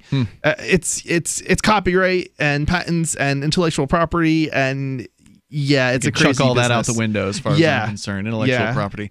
So, hey, let's talk about technology. A little more about technology here. This is old technology that is new again.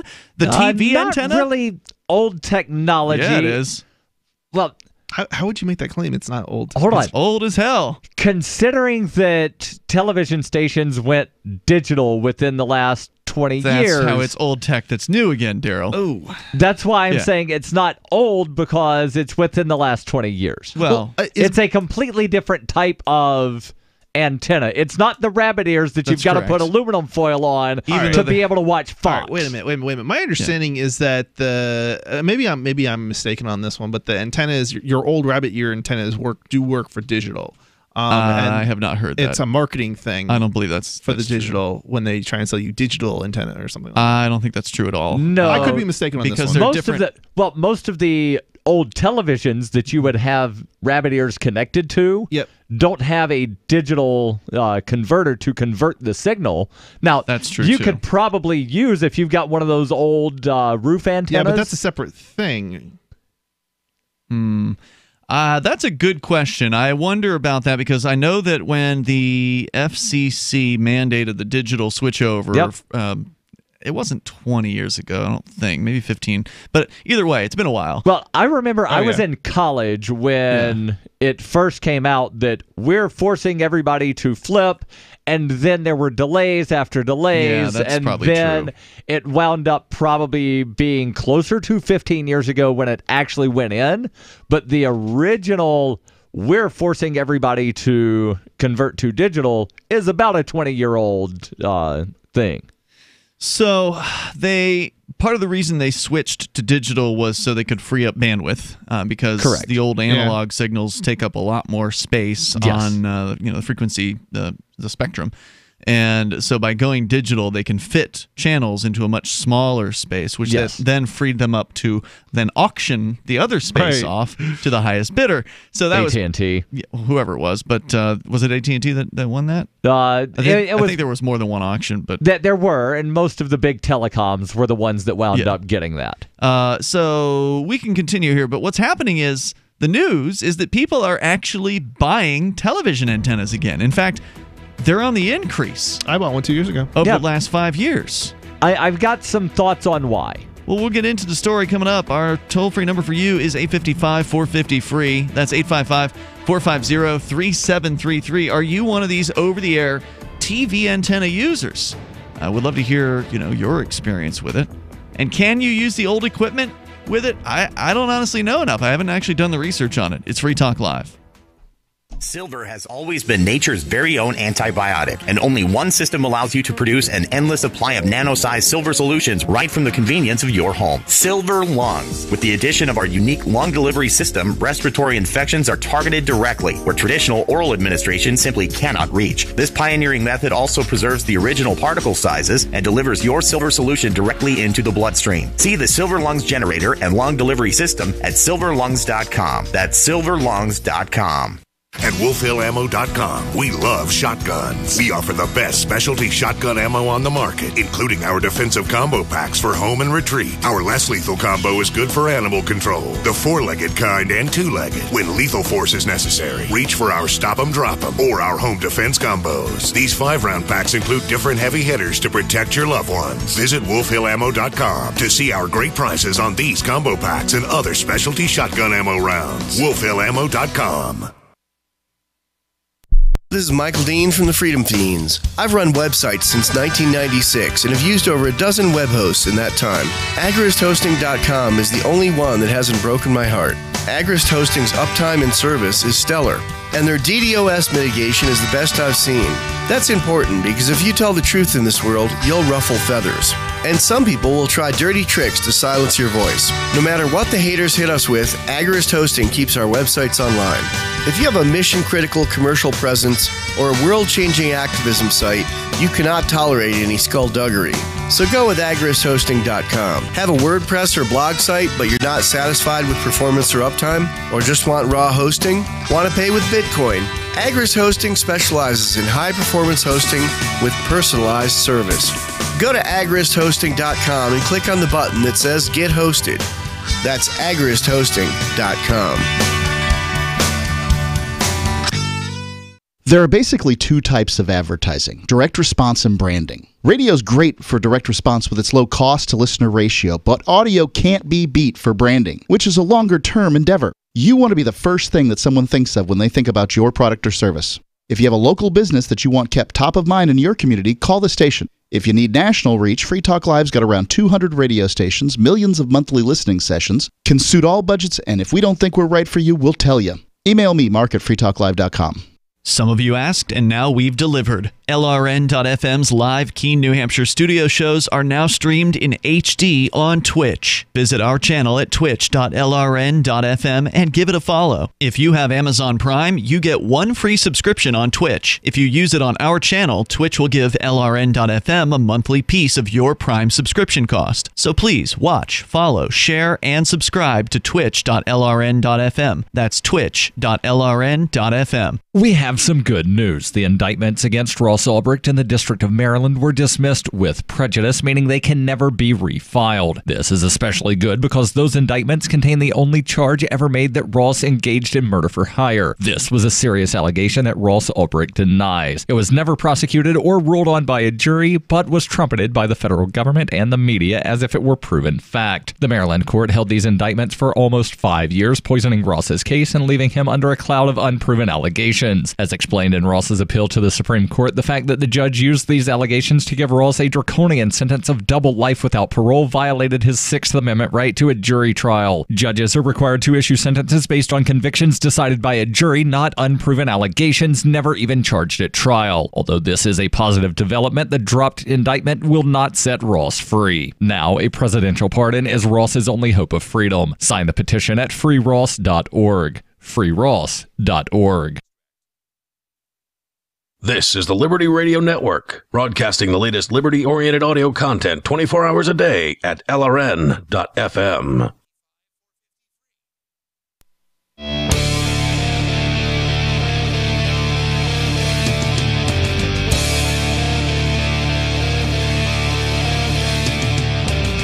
This is Free Talk Live. You can bring up whatever you want here. And yeah, we're going to be talking about the competition. Over-the-air television. Apparently, it's making a comeback. And I got to say, I didn't see this one coming because it seems like such an antiquated thing. And we've been kind of doing a quick cram here during the break, trying to learn a little bit about the new DTV thing. It was apparently 2009 was the deadline when they actually had to have the flip over be complete. So there was a transition period that probably lasted most of the decade in the aughts. And so that, as you may be aware, if you're outside of the United States, you may not be aware of this, but the FCC mandated the TV stations flip to digital. Although KDUS is in our Discord chat right now over at discord.lrn.fm, and he says there's an exemption for low-power television. So, not that anybody could probably receive a low-power TV signal unless you're in a, right down the street from it. But I guess legally they don't have to go digital at this point. So there is still an exemption. And Darryl, you were just reading about whether or not you can use the old antennas like rabbit ears for the purposes of receiving digital television. And I said I wasn't sure because I thought they were changing the bands because the channels are much like the frequency that you need, the range to transmit for digital is much smaller. I'm assuming they can pick up the same. Even though you're right, I think they can pick up the antennas that can pick up those different bands. Is what I would imagine. Well, apparently they're still using both VHF and UHF. I figured they would just put them all. Sections of it, right? Yeah, it must be because again, the old channels were very, very wide. I don't know if you remember they're this, sending a digital signal instead of an analog signal, right? But it's on still, somewhere close to say channel 12. But remember they were doing both digital and analog at the same time for a long time. So during that switchover period, right? During the switchover period, so it's clearly not this exact same. Yeah, it shouldn't have to be. Part of it. So, not having looked into all the details on where exactly the frequency band is, because that's not that interesting to talk about. Well, I'm radio, on the FCC website, and they say the VHF band is 2 to 13, UHF is 14 to 51. So it does seem as though they shrunk the UHF band a little bit because I remember UHF used to go up to 68 at least. Yeah. Because there was a channel 68 in Birmingham that played all kinds of weird, obscure stuff. So they've shrunk that down a little bit. The FCC even mentions that if you have indoor rabbit ears, that you might need to augment with wire loops or what they call a bow tie in order to pick up both UHF and VHF. I see. Some antennas are designed for UHF, some are designed for VHF. Some for both. If you've got one of those big roof antennas that you've had for, say, 30, 40 years, you might need to do some wiring updates to that. Interesting. But you don't need to buy a special digital roof antenna. Well, in this case, KDUS, who is, by the way, a professional engineer. He's a radio engineer. That's what he does. He's been a longtime listener and supporter of Free Talk Live. I met him once at, I forget where the hell it was, but I do remember meeting him. But he actually has cut his FM reception antenna down to match the new digital standard. So he's just using an FM antenna like we got one of them hanging up in the studio here right by the window. It's just one long wire, basically. Okay. Sort of in like a T formation, basically. And so he's shown a picture of his FM antenna just kind of hanging up along the side of his wall. So there's apparently a variety of ways that you can receive the digital TV transmissions. But here's a story from the Los Angeles Times published today. So this is pretty fresh news. Carl Rudnick is a retired 69-year-old mathematician who lives in Solana Beach, California. He recently bought a second home outside of Minneapolis to be close to family members, and he didn't have to draw on his knowledge of advanced calculus to reject the idea of paying for 2 cable TV subscriptions. He says, I talked to the cable companies and asked if there was a way to have one account. There wasn't, and all of a sudden I was looking at spending $300 per month just to have internet and television. So between both of his houses, it would be $300 per month. After doing some research, Rudnick decided on a throwback solution to bring down his monthly outlay without giving up the TV programming that he liked. He purchased 2 television antennas for about $80 each. He installed one in the attic of each house, giving him access to ABC, CBS, NBC, Fox, PBS, and dozens of other broadcast channels for free. At his West Coast home, he was able to connect the antenna to the cable company's coaxial wires. The TV antenna is a piece of 20th century technology that evokes memories of rabbit ears placed atop the mahogany cabinet of the old Zenith in your grandparents' living room. But and don't forget the aluminum foil that would need to be put on and positioned just right to where you could watch Fox. Yep. The TV antenna here, or Rudnick rather, is among a growing number of consumers who are turning to over-the-air digital antennas, a one-time investment of as little as $20 as a way to slash their monthly video subscription costs. Research firms and electronics manufacturers say cord-cutting consumers such as Rudnick have driven up TV antenna sales and usage in recent years. Hold on. Can we really call him a cord cutter since he still has cable at one of the houses? It sounds like he's canceling cable because he bought 2 antennas. So, okay. Yeah. I think he's getting rid of his cable in both cases. I thought he was keeping it at one house but getting rid of it at the other. These value-conscious streamers, as they're known in the industry, are willing to cobble together a mosaic of video sources to replace the traditional pay TV bundle, which now costs an average of $107 per month, meaning for cable. Right. And one thing that would probably wind up causing some of these people to not be quote-unquote cord cutters, and the reason I say that is because they've still got a wire running into their house for the internet in most cases, so they're not completely cutting all the cords. Cord cutting generally only talks about cable television, right? Just to be clear. I've also heard it referred to as people getting rid of the home phone. Okay, because most people, true. Most people use just cell phone as their phone. Do. Yeah. But if the cable companies would allow people to just a la carte pick the stations that they want. Good luck. Which people have been asking for years. Right. People have been asking to do this for decades of, I want USA, NBC, all of the ESPNs. Right. And that's really all I care about. Nope, sorry, you've got to buy 3 different packages because the ESPNs are in the sports package, USA's in this other package, but you get 700 other channels. Yeah, I don't want 700 other channels. There are like 4 stations that I want. Yeah.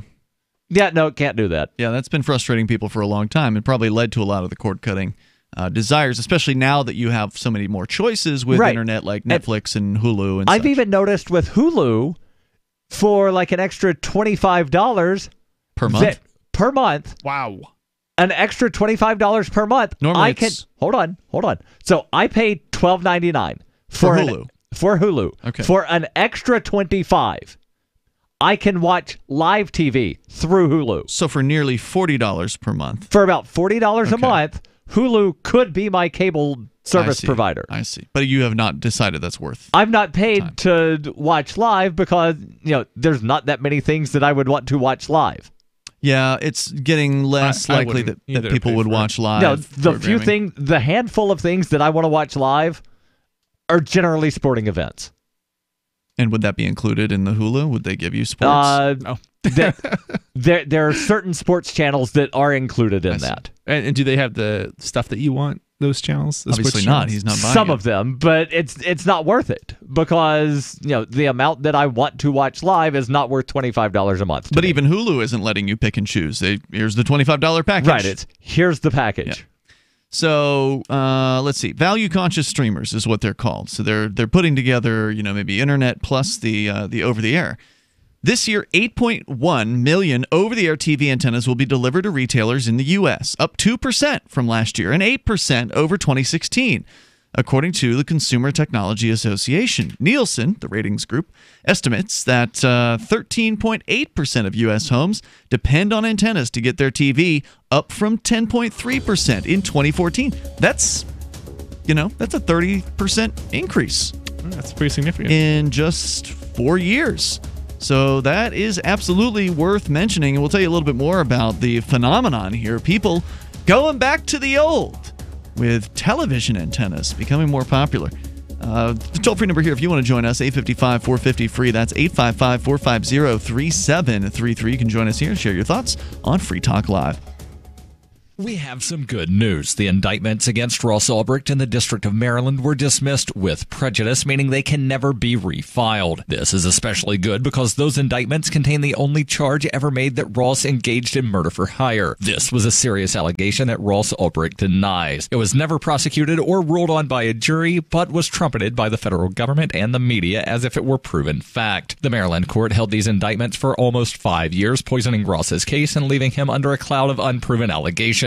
As explained in Ross's appeal to the Supreme Court, the fact that the judge used these allegations to give Ross a draconian sentence of double life without parole violated his Sixth Amendment right to a jury trial. Judges are required to issue sentences based on convictions decided by a jury, not unproven allegations never even charged at trial. Although this is a positive development, the dropped indictment will not set Ross free. Now, a presidential pardon is Ross's only hope of freedom. Sign the petition at freeross.org. freeross.org. Most of you know that heart disease is the #1 silent killer in the U.S. What if I told you for just $54.95 a month you could fight against heart disease naturally? At Heart and Body Extract, we've been helping thousands of people get back to a healthier heart. Don't just take my word for it. Check out all of the success stories at hbextract.com, or to order, call 866-295-5305. That's 866-295-5305. hbextract.com. Don't risk it when you can take charge of it. Want revenge on the common housefly? Well, after 10,000 years, someone has finally come up with a better way. The Bug Assault, a miniaturized shotgun, which utilizes ordinary table salt as ammunition. Non-toxic and no batteries required. So much fun, you'll forget you have a wife and kids. Makes the perfect stocking stuffer. Get your Bug Assault today and save $10 on the Bug Beam Laser Combo, only at bugassault.com. Is spreading the message of liberty, cryptocurrency, and peace around the globe worth $2 per month to you? As you may already know, in addition to our internet feed, LRN.FM broadcasts on free-to-air satellite across North and Central America, as well as Sub-Saharan Africa. And we've been available on satellite for free 24/7 since 2010. The LRN.FM free-to-air satellite signal is reaching some of the most oppressive regimes in the world, and there's no doubt our ideas are making an impact. You can learn more about the channel's impact by watching the 3-minute video at fund.lrn.fm. If you'd like to help free minds globally with our ideas of liberty, cryptocurrency, and peace, you can donate as little as $2 per month via fund.lrn.fm. You can help us continue and expand our satellite broadcast to multiple continents. Visit fund.lrn.fm today, and thank you for your help. Don't forget to share the link on social media. That's fund.lrn.fm. So you've heard all 3 hours of the latest episode of Free Talk Live, and you're still hungry for liberty-oriented audio content? Did you know that we have another 24/7 audio stream at LRN.FM? The Liberty Radio Network airs the latest episodes of some of the best liberty-oriented podcasts on the internet around the clock. In addition to recorded content, you'll also hear live shows like Free Talk Live, originating from our Keene, New Hampshire studio. So listen anytime at LRN.FM. That's LRN.FM. This Your Family Today tip is brought to you by Boost Kid Essentials Nutritionally Complete Drink, providing your picky eater with essential nutrition and great taste in one drink. Visit us at kidessentials.com. To make sure your kids eat healthy, follow the 5-a-day plan. Serve 3 servings of vegetables and 2 servings of fruit daily. Remember, a serving could just mean a piece of fruit or a half cup of veggies. If your kids are picky eaters, ask a nutritionist about other sources. For more tips like these, visit us at parenthood.com/yourfamilytoday. You can sign up to receive the latest about the Liberty Radio Network via our email updates at updates.lrn.fm. That's updates.lrn.fm. It's Free Talk Live. We're talking about the media landscape. It's a topic that we come up with every now and then. Just kind of talking about the other options out there in the world of things you can consume to kill the time before you die. The toll-free number here, if you want to join us, is 855-450-FREE. That's 855-450-3733. Now, something you can do that doesn't involve consuming media is to go to Acapulco coming up February 14th through the 17th, beautiful Acapulco, Mexico. You're not going to want to be spending time watching television there because there's going to be some real life stuff going on right in front of you, like Ron Paul speaking in real life like he did in 2018. He's doing it again in 2019 at Acapulco. They're also bringing in Judge Napolitano for the very first time, and plenty of other speakers, including names like David Icke, Doug Casey, Larkin Rose, and dozens more. Our very own Vin Armani's got a speaking gig there, so looking forward to seeing him. Free Talk Live will be broadcasting from the event, so we will be there trying to bring a little taste of what it's like to you. But you really ought to be there if you can afford to get down there. And it's not really that expensive to go to Acapulco. I haven't looked in the last couple of weeks, but just a few weeks ago, tickets were as low as airline tickets were under $500 at least from the Boston airport.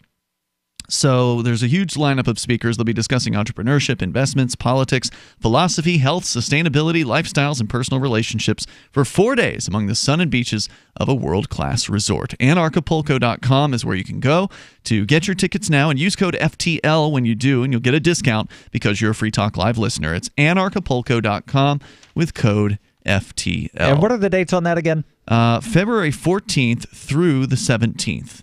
In Acapulco. We will look forward to seeing you there.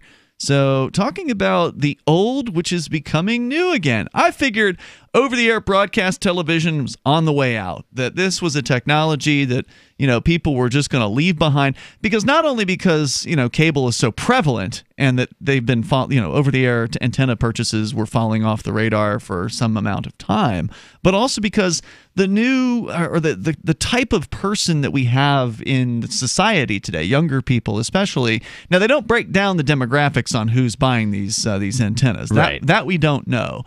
So maybe this is just a minor bump until the baby boomers die off, and then these will go away completely.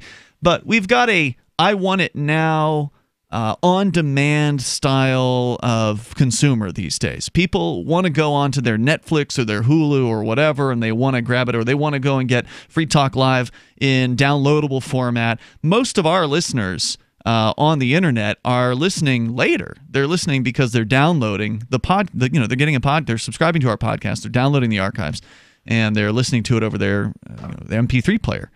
Now, of course, we still have a large radio audience that listens live, but in the case of video consumption, it's that on demand. I mean, people are dropping cable because they don't want to have to be sitting in a certain place at a certain time to watch their show. Right? Because that's what it was like when we were growing up, was if you had a show that your family watched, you had to be TGI Fridays or whatever they called it, TGIF, where you had to sit, if you wanted to see Full House, it was 8 o'clock, or Family Matters, it was, 8:30 or whatever time it was. You had to be there for that. Now with time shifting, you don't have to do that. Now you can just go and watch it online anytime you want. And DVRs are a thing. That was time shift. That was the first type of time shifting for video. Yeah, I'm guessing that a lot of these cord cutters that might be getting, say, Hulu, well, Hulu already allows you, say, the day after the show broadcast, you can watch the refeed. Right. So there's not really a reason. Wait, is it a refeed or is it an on-demand? On demand. Okay, that's different. A refeed would be they're playing a live stream, like when our stream plays on LRN.FM at 6 in the morning or whatever Eastern time. It's on demand. Yeah. So that's what people want. Yeah. That's why. So there's no real reason, unless you really, really, really want to watch it now, and you just don't want to pay the $25 extra per month to get live television. Exactly. And most people are fine with watching it on their time schedule rather than making their schedule around whatever the television show is. Right. So that's why we're seeing that shift. It's also interesting that Arrow was shut down. If you recall, that offered Is that what they were called? TV, over-the-air television. Oh, I thought you were talking about the TV show. No, there was over the internet, so you wouldn't need antennas. I know what you're talking about. Was it called Arrow? I thought it was something else. It was Arrow. Yeah, because I remember we talked about possibly a competitor. We talked about one of those that got shut down, and the way they had done their technology was there was an antenna. But it was a bunch of little antennas in their receiving center that they had. I think it actually ended up being only one antenna, and that was part of the reason they got shut down. That they were lying. Yeah, because they licensed, or no, they were just doing fractional reserve on the ownership of the antenna. Right.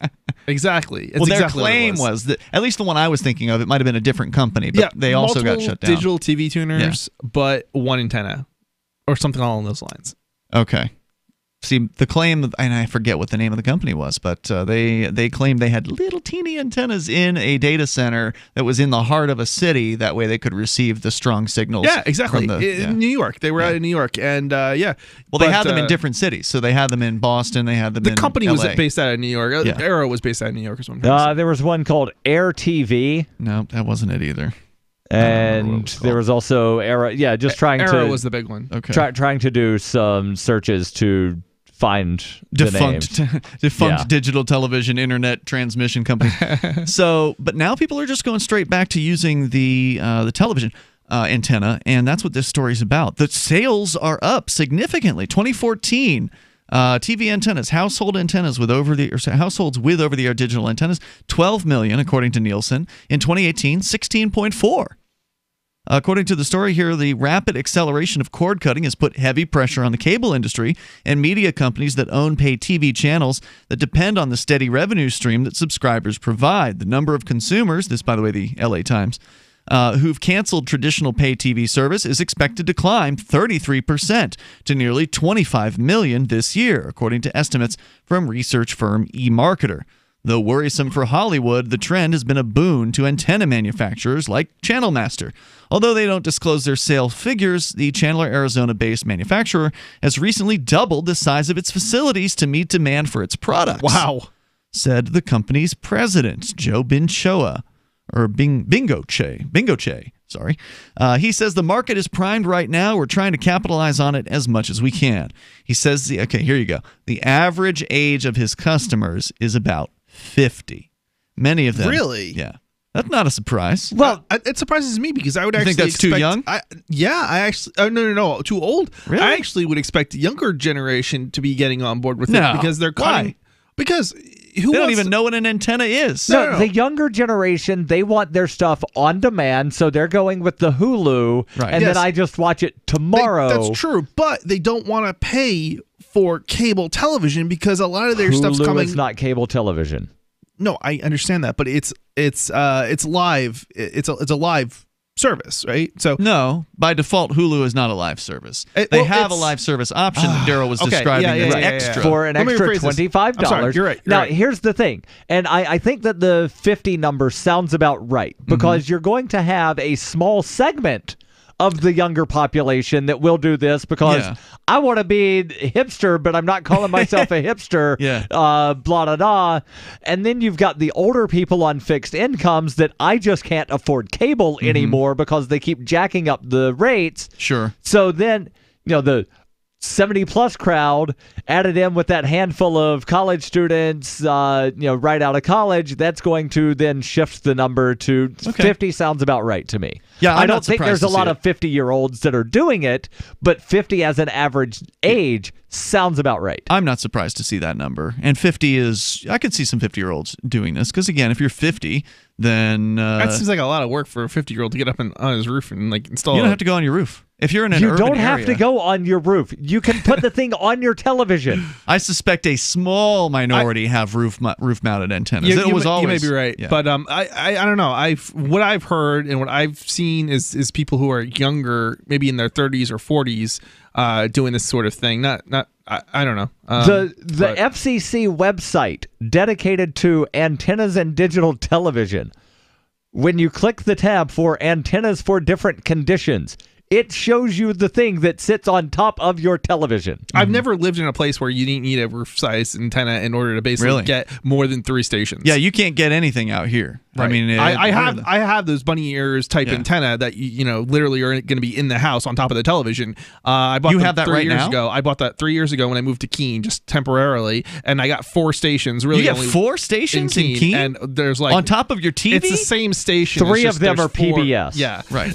So Exactly. I always thought all you could get was just one PBS station out here, and that was with, there's a like crappy 4 reception. different channels within that one PBS channel. You're right. So you've got digital Basically. TV at your house? I don't actually have it hooked up, but yeah, I guess you're one of these people then. You are in the 16.4 million. Damn hipster. There's more coming up here in moments. We can talk more about it and take your calls and thoughts about whatever you want. Coming up in hour number 3, 855-450, free if you want to join us. Marijuana has unleashed a green gold rush across our nation. It's creating $10.8 billion in new wealth a year. And every day, it's transforming more and more Americans into millionaires. In an historic event, former Speaker of the House John Boehner reveals how you could become one of them. Join him online for the American Cannabis Summit. Attendance is 100% free, but space is limited. Join online at www.acs2018.com. This event is the first of its kind ever. John Boehner and an esteemed panel will reveal which cannabis stocks are primed to deliver life-changing windfalls in the weeks and months ahead. Plus, they will show you how to become a cannabis angel investor, backing the hottest startups before they potentially become worth billions of dollars. Join American Cannabis Summit online at acs2018.com. Attendance is free. That's acs2018.com. What do you shop for that you could otherwise buy at Amazon? Pretty much everything, right? Amazon has competitive pricing and they deliver, and that's a big plus. If you could plan ahead in your shopping, would you be interested in saving up to 33%? There's a catch. You have to do your shopping in Bitcoin. But imagine those savings. It's like a huge raise. All you have to do is go to saveitpurse.com. We've saved thousands, and you can too. Plan ahead and save. Saveitpurse.com. LRN.FM is proud to announce our official listening apps for Android and iOS devices. Now you can easily tune into our streams anywhere, anytime on your smartphone or tablet. Just visit apps.lrn.fm or search for LRN.FM in the Android or Apple app stores. Please download, rate us 5 stars, then share the link on your social media and let your friends and family know how you're listening to LRN.FM. Download it now, free at apps.lrn.fm. You're listening to the live edition of Free Talk Live. Hour number 3 is next after the news here on the Liberty Radio Network at LRN.FM.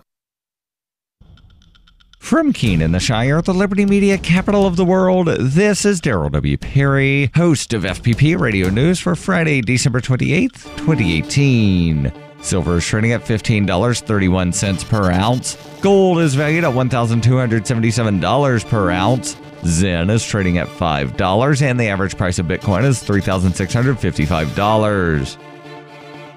Antiwar.com reports Afghan election officials have announced that the April presidential election is going to be postponed for at least 3 months. A new date is not set, but is expected to be in either late July or early August. Officially, this is the result of potential candidates being unable to meet registration requirements and is intended to buy more time for that and allow them to hold a proper election later in the year. In reality, the U.S. has been publicly urging Afghanistan to cancel the election to support ongoing U.S.-Taliban negotiations. Recent talks have suggested that the U.S. is offering the Taliban positions in a new caretaker government, which would replace the existing Afghan government outright. U.S. negotiators have envisioned having a deal in place somewhere around April and thought having an election would complicate those efforts. The Taliban has not said anything about this particular election, but considers the Afghan government as a U.S. proxy and of little importance on its own. This is why Taliban negotiators are saying any deal requires the U.S. to withdraw from the country.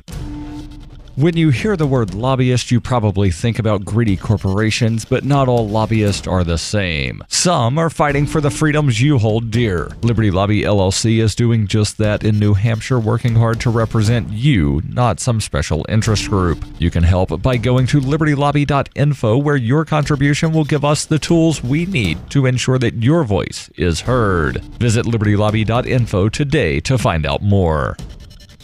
Reuters reports more Americans blame President Donald Trump than congressional Democrats for the partial U.S. government shutdown, according to a new Reuters Ipsos poll released on Thursday, as the closure stretched into its sixth day with no end in sight. 47% of respondents hold President Trump responsible, while 33% blame Democrats in Congress, according to the poll, conducted mostly after the shutdown began. 7% of Americans blamed congressional Republicans. The shutdown was triggered by Trump's demand, largely opposed by Democrats and some from the Republican Party, that taxpayers provide him with $5 billion to help pay for a wall that he wants to build along the U.S.-Mexico border. Its total estimated cost is $23 billion. Just 35% of those surveyed in the opinion poll said they backed including money for the wall in a congressional spending bill. Only 25% said they supported Trump shutting down the government over the matter. In a statement on Thursday, White House spokeswoman Sarah Sanders said, "The president has made clear that any bill to fund the government must adequately fund border security." The statement made no mention of Trump's proposed wall. Showing little sense of urgency, both chambers of Congress convened for mere minutes late on Thursday, but neither took any action to end the shutdown before adjourning until next week. Democratic Representative Jim McGovern tried to interrupt the brief Republican-run session in the House by offering a measure to reopen shuttered government agencies and keep them running through February 8th, but he was ignored and his microphone was cut off. The House session lasted less than 3 minutes. McGovern told reporters later, "That was a legitimate request and I should have been recognized. They wouldn't even recognize me. This is the way they've been running this place."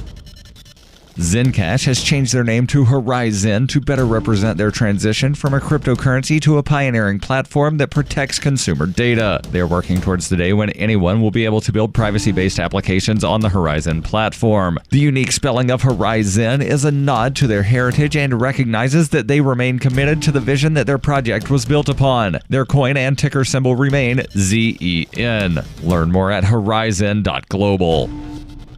UPI reports a pro-gun group's lawsuit is seeking to overturn the Trump administration's planned ban on bump stocks. Gun Owners of America, as well as some other pro-gun groups and individuals, filed suit Wednesday in the Western District of Michigan that opposes the restriction on devices that allow semi-automatic weapons to fire more rapidly. They are asking the court for an injunction to block the Bureau of Alcohol, Tobacco, Firearms, and Explosives, ATF, from moving forward with the ban, which was announced by the Department of Justice on December 18th. The ATF is part of the DOJ. Once the final rule is published in the Federal Register, owners will have 90 days to destroy their devices or turn them in to the nearest ATF office. In the rule change, the regulatory definition of a machine gun includes devices similar to bump stocks, subjecting them to restrictions imposed by existing firearm regulations. Machine guns fire automatically by pulling the trigger once, unlike bump stocks that cannot be fired with a single hand.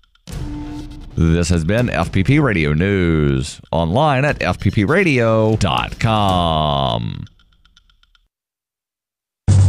It's the Onion Radio News. Raccoon leaders call for the loosening of garbage can lids. This is Doyle Redland reporting. In a 4 a.m. speech at the group's annual Washington, D.C. convention this morning, North American Raccoon Federation President Bristletail called upon homeowners to loosen the lids of their garbage cans, providing the ring-tailed mammals with greater access to discarded food scraps during nocturnal scavenging. Every time you seal a standard 30-gallon garbage can, as many as 6 raccoons are forced to go without their necessary daily supply of congealed baked beans, rancid cottage cheese chunks, and moldy cantaloupe rinds. The 26-pound varmint closed his speech with a stern warning that without raccoons, possums could take over the world. Doyle Redland for the Onion Radio News, online at theonion.com. This is the Onion News Network.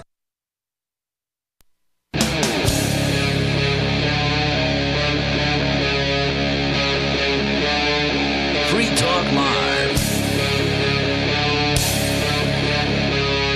This is Free Talk Live, launching into the third hour of the program. The toll-free number here is 855-450-FREE. That's 855-450-3733. We do have the Discord on-air call-in line rooms over at discord.lrn.fm.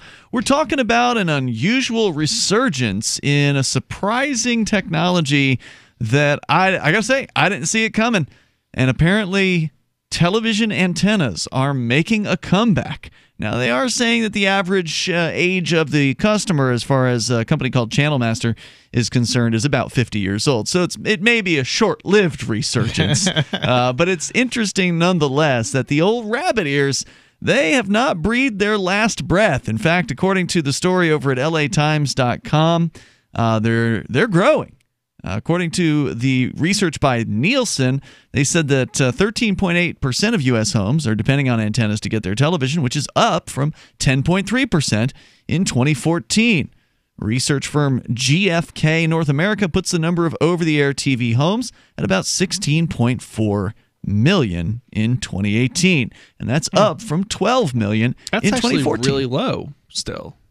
Well, I mean, it is definitely low, and I don't know what it used to look like in... It's actually warped if you think about it, because 300 million people, and they're talking about households. Yeah, but how many homes is right, 300 million? So right. And maybe 100 million It's probably homes. much higher than I'm thinking. But they do say here that about 25 million of American consumers have canceled their traditional pay TV service as of this year. So that's a good chunk. If there's, let's say 3 people per home. We're just rough estimate here. Yeah, it's probably at 3.1, something like that. Yeah, maybe. But it's like 330 million people, right? So it's not exactly 300 million. It's a little bit more than that, if I recall correctly.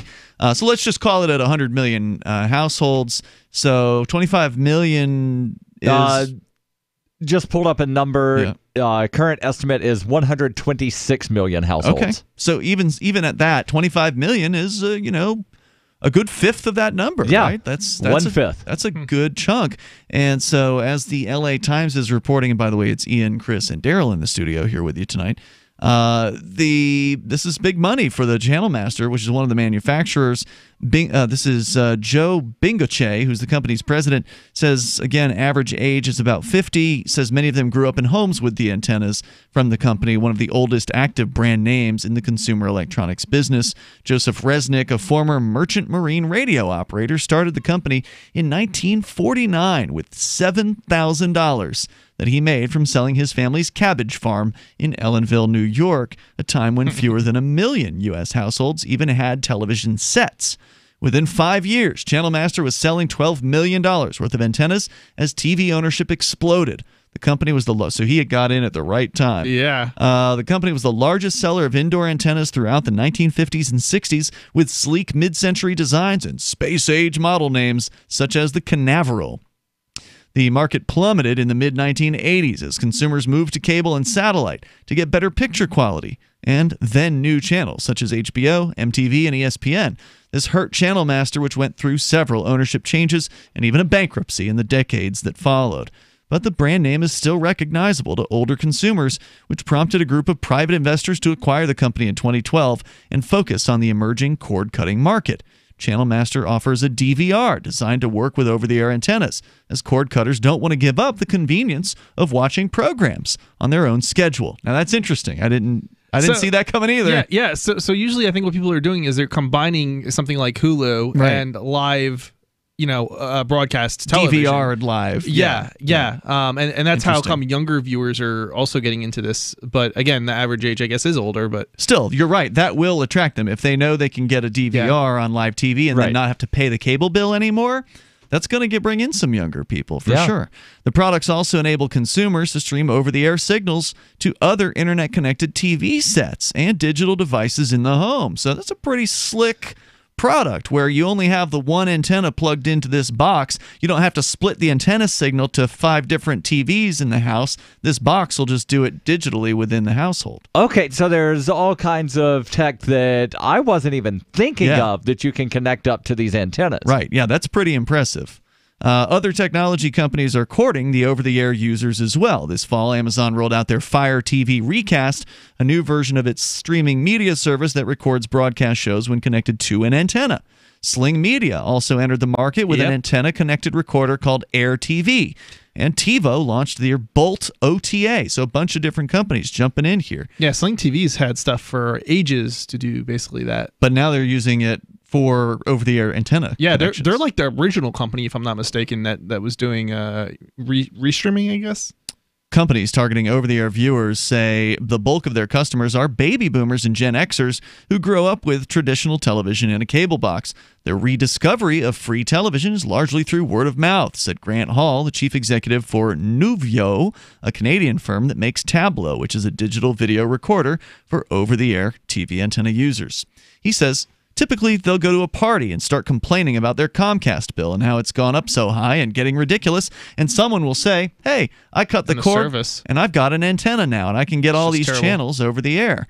Many people have forgotten about over-the-air TV entirely or recall it as a poor experience with ghosts and pictures fading in and out. Not like that anymore. Well, right. Now, K-Dus in our chat room here is a professional radio engineer, and he points out that digital television is a fail in urban environments as it is not as resilient against what they call multipath. And that's, right, as I understand it, and I'm not an engineer, that's where if a television signal is bouncing off of different things and it's arriving at the antenna at different times, it doesn't deal with that real well, I guess.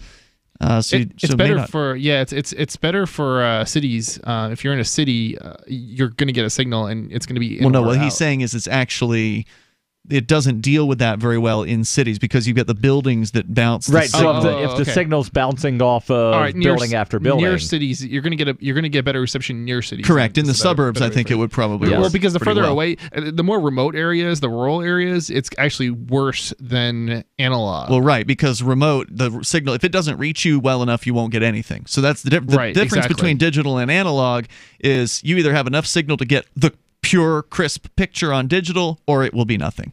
Yeah. So there's not going to be an in between like with the old analog where you could connect your hand to it, put your other hand out, and then you might get a fraction of a signal. It doesn't work that way. Going on here, but the quality of over-the-air broadcasting improved dramatically in 2009 when TV stations made a government-mandated switch to high-definition digital transmissions offering higher resolution images and more channels, which is the other thing K-Dus pointed out, is that instead of just having the one channel, channel 8, there's going to be like an 8.1, an 8.2, an 8.3. So there's several different options. It's actually interesting. The cable companies have highly, I might be saying this wrong, highly compressed the video streams. So you'll see artifacts in digital artifacts where you won't see that in over the air as much. Maybe as often, yeah. I would imagine on the secondary channels you probably see it more often than the main. You probably would, but my understanding is it's better on, I believe it, over the air digital than it is on cable because TV the cable TV is trying to pack in 700 channels into a certain space, and the transmitter only is transmitting 3 or 4 channels, so there's probably a lot more bandwidth to dedicate there. But then again, we're just both speaking of it without actually having much experience. That's my understanding from people who are more knowledgeable about the subject. Let's see here. So again, higher quality now over the air. Quote, once viewers learn everything's different now and the picture is actually better than cable and satellite, because satellite's doing the same thing. And best of all, it's free. They become converts, says Hall. Again, one of the company execs. He declined to disclose his sales figures, but said his company's growth rate's been in line with the popularity of streaming. The Consumer Technology Association has estimated consumers will spend $13.4 billion on streaming video subscription services this year, a 42% increase over last year. So that's talking about Netflix, the Hulus of the world. Rudnick's over-the-air TV viewing supplements the programming that he watches through streaming. So he uses we're going back to the original 69-year-old guy they talked about why he's making the switch here. He uses his broadband internet connections, which cost about $60 a month for each of his 2 houses, for Netflix and Amazon Prime. And then until recently, he also subscribed to Sling TV's video service so he could get live things like ESPN and such. And now he's adding the television antenna to his system. There's more coming up here of the old becoming the new again. And this is Free Talk Live. You can join us if you like on the radio.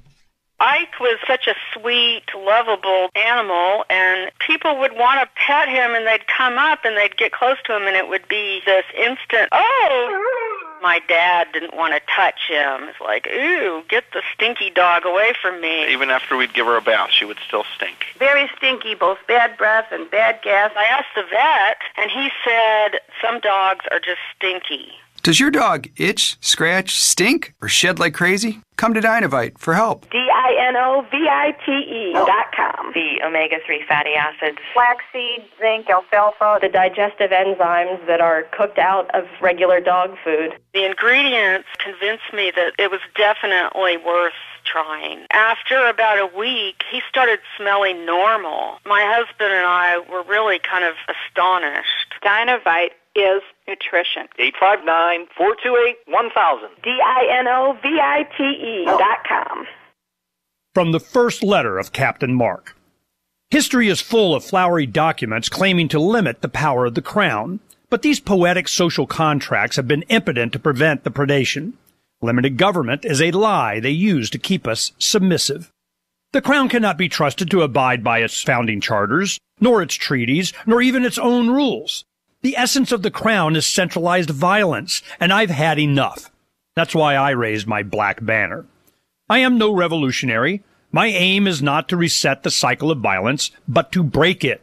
My aim is an evolved society, invisible to the crown, not a new hierarchy, but decentralized networks with no central figure for the crown to target. If you want your servile life, keep it, but we will not submit to the crown's agenda. And when you are ready to stop being its beast of burden, ready for adventure and opportunity, join us at pirateswithoutborders.com. We're being attacked by news from all sides in tonight's News Blitz. Now we're homing in on Houston, Texas, where NASA announced today that the crew of the International Space Station has successfully completed their 13-year mission studying man's ability to constantly repair a large object in space.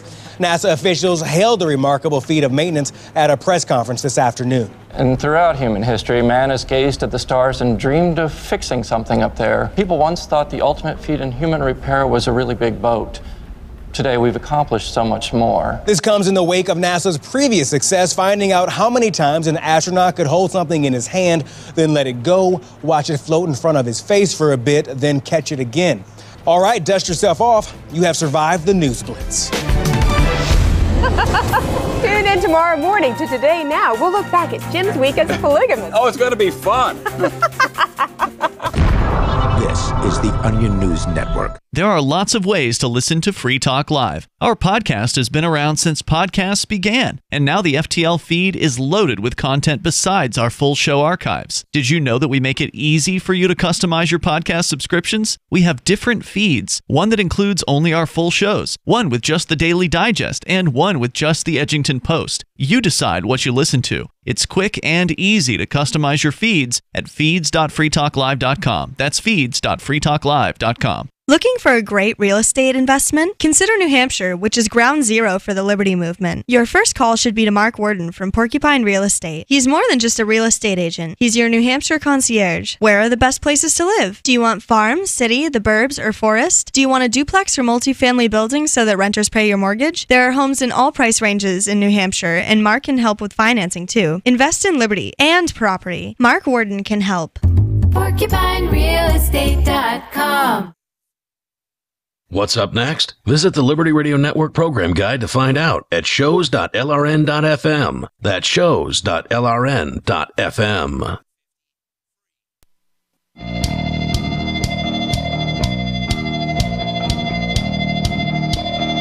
This is Free Talk Live. You can dial in toll free. We're talking about the idea of not just cutting the cord, but going back into an older technology, which has sort of been made new again in the area of television antennas. Now, I'm not going to go run out and buy one of these things because I don't care about television. Around here, I wouldn't. But even if I was in a more urban environment, I just don't care about what's on television. I've never, in the entire time I've been an adult since I moved out of my parents' house, I've never had cable television.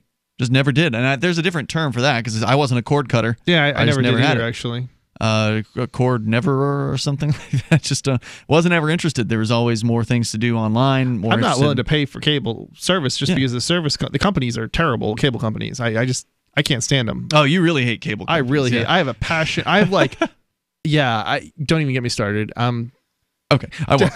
We'll just move on. Maybe you and Conan should wind up doing a podcast sometime talking about cable companies. Grumpy guys. Yeah. Complaining. Grumpy old men who are barely Puke 40. already did that. I think that's the Puke in the Gang show.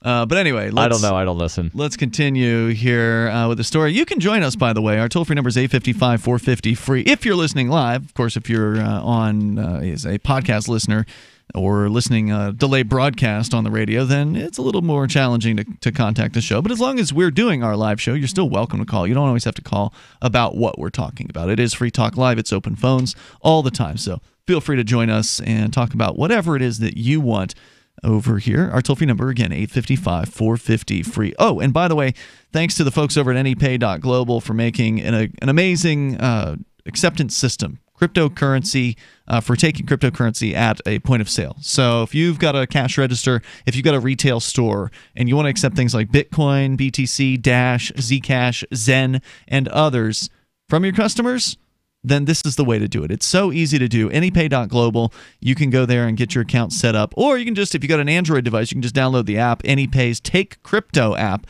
Be careful, though, when you search for Anypay, because there's another Anypay company that has the exact same looking logo. It's almost identical, amazingly.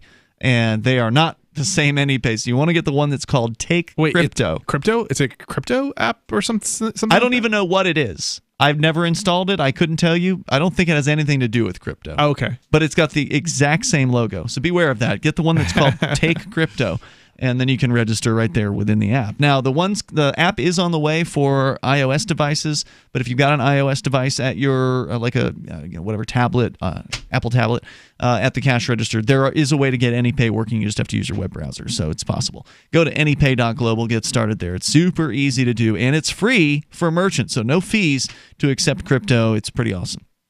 All right, so a little bit more here from the story at the Los Angeles Times about consumers getting back into over-the-air. And what I learned tonight, in addition to the fact that this is actually on the increase, is that part of the reason it's on the increase is because they've actually put in some pretty neat-sounding technology into these over-the-air set-top boxes. It's not just a tuner. It's not just something that allows you to watch, whatever live feed is on. It allows you to record it, to do the delay, DVR, the digital video recording. It allows you, some of these boxes will allow you to rebroadcast it to the different TVs in your home. So you don't have to, it's a pain in the butt to put up an antenna and then have to split the signal into a bunch of different rooms. I mean, that's an expensive process and time consuming. So they've really done a good job of bringing the sort of the new tech into the old world of over-the-air television. So they're talking about how it's pretty much all word of mouth is what's bringing people in here. Rudnick, who's one of the users that they interviewed, says, my yoga instructor's husband turned me on to Sling TV, and they switched over to YouTube TV. The way I stay plugged into this is through talking to young people. I don't know anyone under 35 who pays for a cable TV subscription. It's interesting. Yeah. Yeah. Do you know anybody who's under the age of 40, 35, or whatever? I can't think of anybody I know either who pays for cable TV. Who's under 35 that pays for cable TV. Well, I guess the actual first question is, do we know anybody under the age of 35? Yeah. And then secondly, do we know anyone that pays for cable that fits that? I don't know. I can't think of anybody. One industry that is not aggressively promoting the trend is the TV station business. Even though broadcasters have been losing audiences to streaming competitors like Netflix, station ownership groups and media conglomerates get a cut of their pay TV subscriber fees, giving them little incentive to promote over-the-air antenna use. That's a surprise. Consumers largely have to depend on manufacturers' websites or blogs, such as cordcutters.com, to learn which channels are even available over the air in their area and which antenna is right for them. Quote, we do a terrible job of explaining that your local stations are available over the air for free, says Neil Sabin, the vice chairman of Vigal Broadcasting, a Chicago-based television station group. He says part of the reason is it's a double-edged sword. Every time someone cuts the cord and puts up an antenna, it's lost revenue for us and the cable company. So they're so in bed with the cable companies now, these broadcast television stations, that they actually don't want people to cut their cord and watch them over the air. Right. So even though they still have the viewer, they don't get paid directly for having the viewer, and then it's only the advertising This all revenue. goes back to why they went after Arrow, because they were not paying a fee to the stations where the cable companies were, even though it was already being broadcasted over the air and they weren't getting a fee. Though antennas are enjoying a comeback, analysts don't see over-the-air becoming a preferred option in the new TV landscape. Millennials have not taken to the old-school technology, as they're content to just stream video on their digital devices. Steve Koenig, the vice president of research for the Consumer Technology Association, says they're digital natives, meaning all their lives they've spent doing digital entertainment reception. People lead increasingly itinerant lifestyles, and they expect to access video content wherever they are on whatever device they have in front of them. With over-the-air, you're pretty much still sitting on that couch in front of your TV. There are also limitations, according to the article here, of what broadcast TV can offer. Major sports teams have most of their games committed to regional sports channels that are still dependent on the hefty revenue they receive from cable providers. Now, isn't that on the decline too? Sports? Yeah, the sports stuff. No, sports are not on the decline. Sports will always be popular. They're actually getting bigger contracts than ever. Now, there's even other things that are calling themselves sports, like video games. So it's not just people playing football and baseball and basketball anymore. Esports, right? It's now esports. Yeah. And I'm putting quotes around that. Here's a big giant video game tournament. Yeah, and it wouldn't surprise me if there's some esports TV channel. I probably just don't know because I don't have G4. Yeah, there you go. Yeah, esports. Right? Doesn't G4? Don't ask me. I've never seen it. Rabid local fans of the New York Yankees or Lakers need a subscription in order to catch every game. Billy Naden, an analyst for the research firm Parks Associates, said the TV antenna resurgence is a byproduct of consumers feeling overwhelmed by the many viewing platforms available. Some are even suffering from what he calls subscriber fatigue. He says, I can't tell you how many people we know in everyday life who ask, you're in this industry, how do I cut the cord? Interestingly, it's not an easy answer. Do you watch live TV? Do you care about news? Do you care about sports? There's no one clean answer for everyone. It's a bit of a mix, and antennas are a part of that. So apparently G4 went off the air like 4 years ago. Oh, wow. Rudnick acknowledges there's some inconvenience that comes with using an antenna in combo with other devices to replace a cable box. He says, my wife became frustrated with it. We went out and got a really good universal remote. Remember those things? And there is esports TV. All right. That's a channel. That's the story. If you want to weigh in, you can. And then we go back to the even older technology of the retail store. Is Sears going to die finally? It's coming up. The United States of Empire is a book that claims the United States is the empire of the world. George Washington had warned us against foreign wars. The United States of Empire shows that World Wars I and II left England broken. Its former colony, the U.S., had to save the empire. Was there ever a vote? Who do we fight for? The deep state began with World War I. The United States of Empire by James Dunn. Available at Amazon Books. Want revenge on the common housefly? Well, after 10,000 years, someone has finally come up with a better way. The Bug Assault, a miniaturized shotgun, which utilizes ordinary table salt as ammunition. Non-toxic and no batteries required. So much fun, you'll forget you have a wife and kids. Makes the perfect stocking stuffer. Get your Bug Assault today and save $10 on the Bug Beam Laser Combo, only at bugassault.com. Since time began, tyrants have taken aim at personal liberties. Now there's a movie that aims back. The government has no more right to tell us what to put in our bodies than they have to take our guns or tell us what books we can read. 6 drug police were eaten by bears while raiding a marijuana farm. On your knees, you dirty hippies! Jesus. On your knees! What's the problem, officer? Today, many cops who enforce pot laws do so only because it provides them with cushy jobs, good benefits, and a chance to push people around. I was an undercover narcotics officer. The drug war is nothing but a farce. The Second Amendment says you gotta keep you and your get intact. Guns and Weed, The Road to Freedom. A film by Michael W. Dean and Nima Vadadi. DVD available now at gunsandweed.com or on Amazon. That's gunsandweed.com. Makes the perfect gift. Remember, that's gunsandweed.com. Are you tired of governments around the world killing innocent people? Stop using their money. There is an alternative. Bitcoin is a stateless, free market, non-political currency. Bitcoin is money that cannot be inflated or controlled by any state. By continuing to use their money, you're perpetuating the killing. Stop doing it. You have an incredible alternative available to you now. Learn it, use it, spread it. Get started with Bitcoin at Bitcoin.com. It's Bitcoin.com. LRN.FM now has a Discord. Discord is a free text and voice chat platform, and we now have our own server with a bunch of channels at discord.lrn.fm. You can join other listeners as they chat about various things during our live shows, or anytime, day or night. Discord software is available cross-platform, so you can have it on whatever device you want and take your chats anywhere. Join our Discord at discord.lrn.fm. That's discord.lrn.fm. Hey guys, Mark Claire here, lionsofliberty.com, where we strive to advance the ideas of liberty daily. We bring you the Morning Roar. That's right, every Monday to Friday we'll have a brand new edition of the Morning Roar, where we provide a roundup of some news stories that you may not find in the mainstream media or even in your typical social media newsfeed. We find stories that relate to the ideas of liberty and provide you with our liberty perspective on them.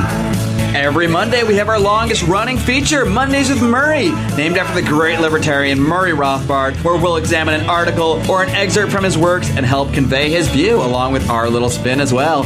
We wrap it all up every Friday with Felony Friday, where our own John Odermatt goes out and takes a look at some sort of felony. There's felonies committed every day, you know, whether it's a felony committed by the police, a politician, or even an average citizen. You can find all of this and so much more over at lionsofliberty.com. Advancing the ideas of liberty daily. Join the LRN.FM Discord for live chat 24/7 at discord.lrn.fm. That's discord.lrn.fm.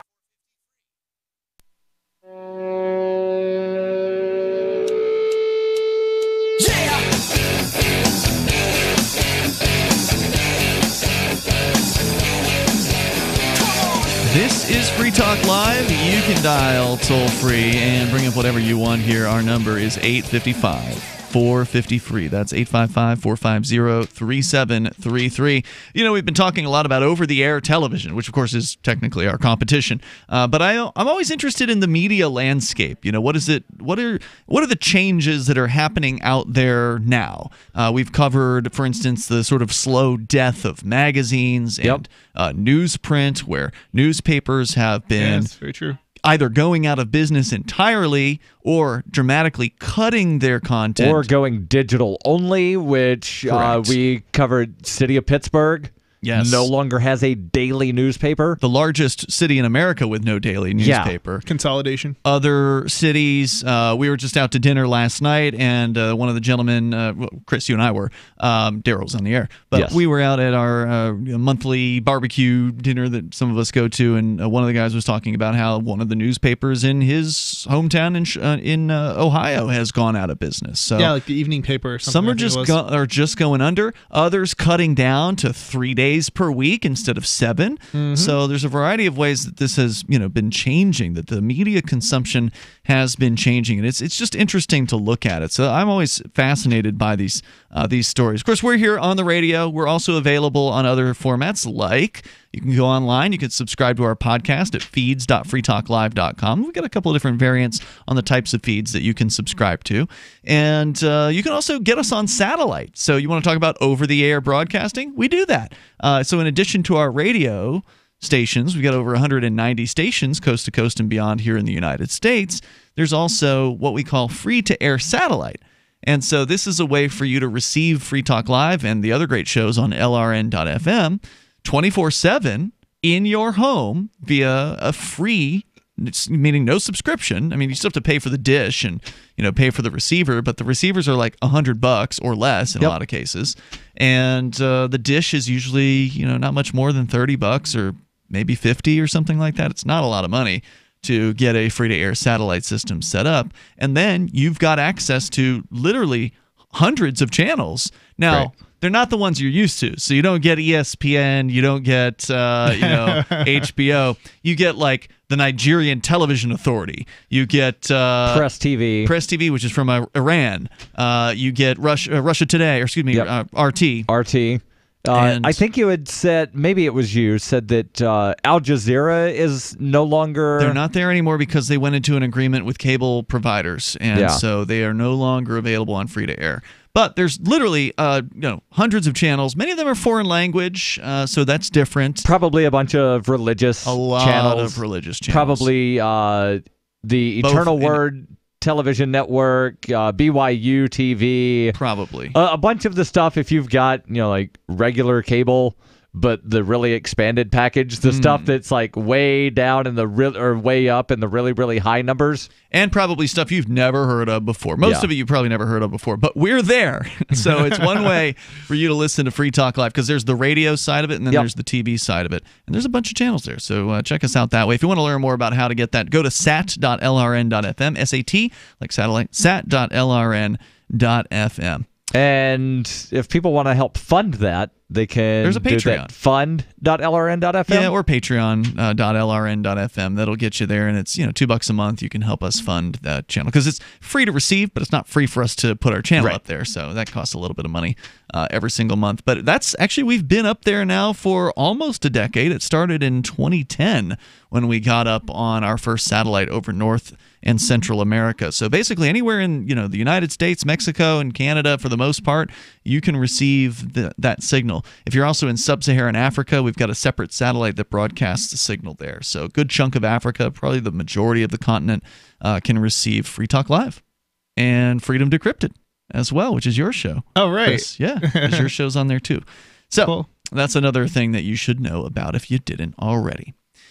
So in other old tech news, the old tech of retail stores, something that a lot of these old stores having trouble. Toys R Us, they've been gone, a year now, I think, it seems like? And I think they might be coming back. No. Really? I think I do believe I read something along those lines. I read something about this. Did somebody buy the IP? It's not going to be called Toys R Us. Oh, really? It's going to have a different name, but somebody did basically wind up buying a bunch of the stuff. Did you read the article? Do you know what exactly was going on with that? Pull that up if you don't mind, and I'll tell you a little bit about Sears before we talk about what's going on with Toys R Us. See what you can find out about that, because I read something. I just don't know if I read the whole story. So it may be the case that Sears has avoided complete liquidation in a last-minute bid, apparently, according to CNBC, by its chairman of the board. But here's the story that kind of prefaced what happened. Sears, this is CNBC, the 125-year-old icon has 24 hours to survive. This was written, late yesterday. The employer of more than 68,000 filed for bankruptcy in October. Its last shot at survival is a $4.6 billion proposal put forward by its chairman, Eddie Lampert, to buy the company out of bankruptcy through his hedge fund, ESL Investments. It's the only party offering to buy Sears as a whole. So they're the only bidder. There's nobody else. Nobody else wants this thing. And that was the reason why Toys R Us went out of business. They couldn't find a buyer. Right. And I've got an article here from Fortune that says that, and this is from October, in a bankruptcy court filing, a fund of the debtors, or creditors, rather, canceled a plan to auction off the company's intellectual property.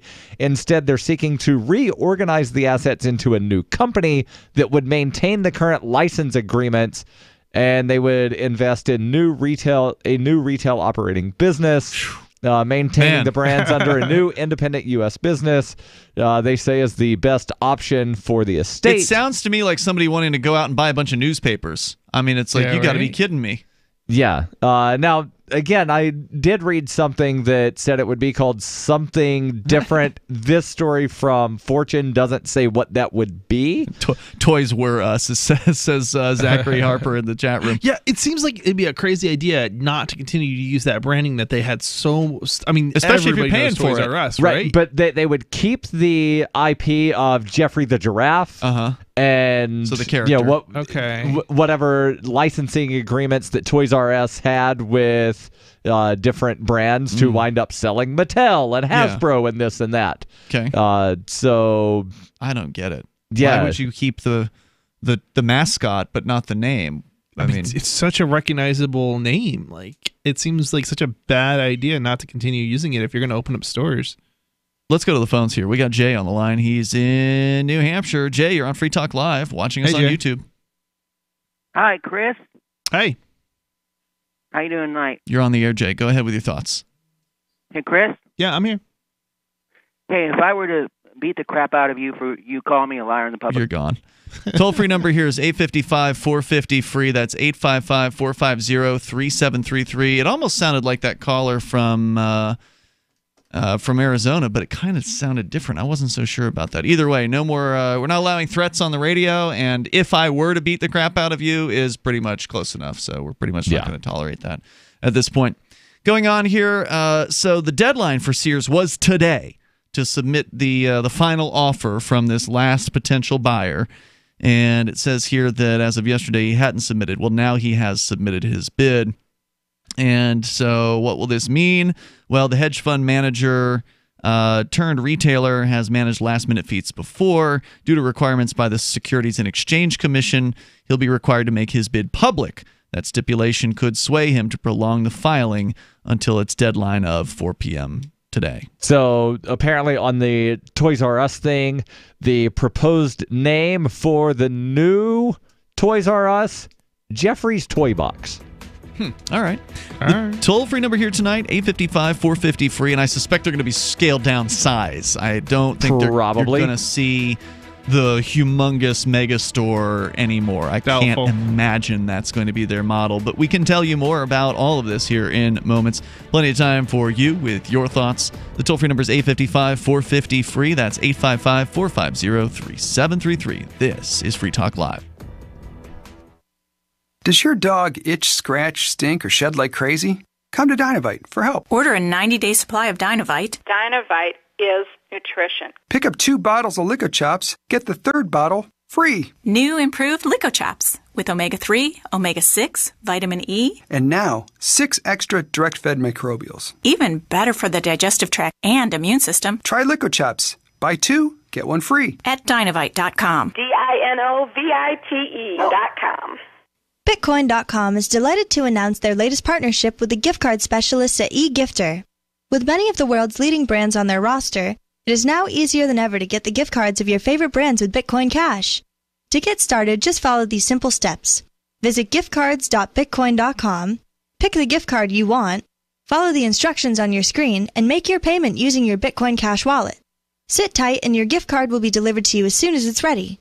That's giftcards.bitcoin.com. Marijuana has unleashed a green gold rush across our nation. It's creating $10.8 billion in new wealth a year. And every day, it's transforming more and more Americans into millionaires. In an historic event, former Speaker of the House John Boehner reveals how you could become one of them. Join him online for the American Cannabis Summit. Attendance is 100% free, but space is limited. Join online at www.acs2018.com. This event is the first of its kind ever. John Boehner and an esteemed panel will reveal which cannabis stocks are primed to deliver life-changing windfalls in the weeks and months ahead. Plus, they will show you how to become a cannabis angel investor, backing the hottest startups before they potentially become worth billions of dollars. Join American Cannabis Summit online at acs2018.com. Attendance is free. That's acs2018.com.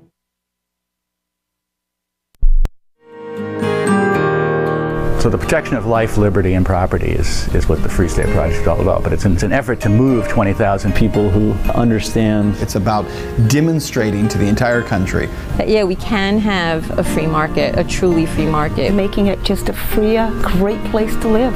It's the world's largest voluntarist libertarian community, and it's only getting bigger. That's amazing, to be able to move to a place where other people passionately believe in being free and independent. What the Free State Project is managing to do, though, is to put their money where their mouth is. Physically getting up across the country and saying, let's go someplace and let's demonstrate the power of these ideas. There's a lot of kind of philosophy that surrounds liberty. There's a lot of thinking about it and talking about it. But here in New Hampshire, people are doing it. 101 Reasons Liberty Lives in New Hampshire, a documentary by Free State Project Early Movers. Watch it free at 101reasonsfilm.com. 101reasonsfilm.com. The LRN.FM social media channels have been revamped. We've eliminated Facebook and focused on other platforms like Twitter and Mastodon, the decentralized alternative to Twitter. On our accounts, you'll find posts from multiple LRN.FM show hosts together in one place. Follow us on Twitter at twitter.lrn.fm, or better yet, move to the decentralized Mastodon social media platform at toot.lrn.fm, toot.lrn.fm.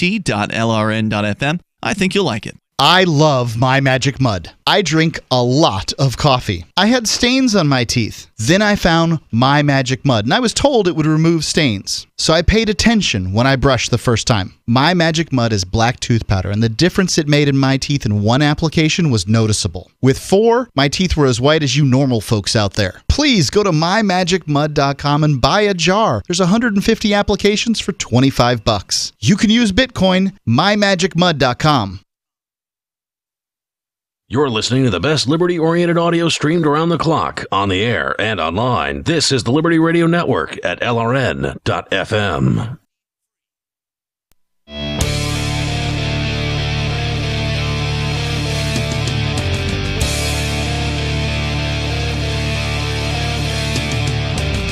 It's Free Talk Live. Moments remain, enough time for you if you want to join us here. Toll-free number is 855-450-FREE. It's 855-450-3733. You can also join us online over at freetalklive.com. Make sure you check out our Twitch channel if you want to watch us in real life. We're actually here in the studio. You can see the feed. It's in HD quality on twitch.lrn.fm. You can subscribe to that channel. Or actually, you can follow it. If you subscribe, you got to pay for that. But the subscription... Unless you're an Amazon Prime and you've not subscribed to another Twitch channel. That's a good point. We haven't mentioned that in a while. If you are an Amazon Prime user, you get one free subscription per month that you can subscribe, and you have to redo it every single month. So If you did one last month, please come back and redo it again. We appreciate it. It's super easy to connect your Amazon account to your Twitch account because, well, Amazon bought Twitch a few years ago. And the instructions on how to do that are below the video. So if you're looking at us on a full browser, you can just scroll down below the video. If you're watching on a mobile browser, I don't know how you're going to find it. So twitch.lrn.fm. That's where you can go and watch us live. And later, because they do have archives there too that last for a couple of weeks. All right, so we're talking about Sears and the difficulty that they are faced with here after 125 years in business. The original catalog ordering company that became a monster retailer that we all grew up in the 80s and 90s when every mall had a Sears. You could buy a whole house from Sears. You really could. There were two stories. Those generally were one of the what they would refer to as like the anchor store. Yep, the anchor store, the end cap store. Yep. So the mall back in my hometown in Birmingham, there was a Sears on one end, and I think it was a J.C. Penney's on the other. Yep. Sort of, those were the two. And that's a small mall, because some of them had like four wings and then or whatever. The other two, so the Sears and the Penney's were complete opposite, and then the other sides, I forget what the stores were. Most of them they are had forgettable. Like 4. Yeah, I don't remember either. Marshalls or something like that. I don't know. So Sears, though, having a tough time. They, according to the story at CNBC, they are the closest to its death that they have ever been. Should their one bidder, who's on their board of directors, miss the deadline, which he won't, he did finally put the bid in today, apparently. It at least $5? It would put, $4.6 billion, I think. Okay. It would at least put Sears and Kmart on the path to liquidation. That process would take weeks, according to the guidelines laid out by the bankruptcy court. But the process has already slowly begun, with the retailer weighing the closure of 50 to 80 more stores, according to CNBC.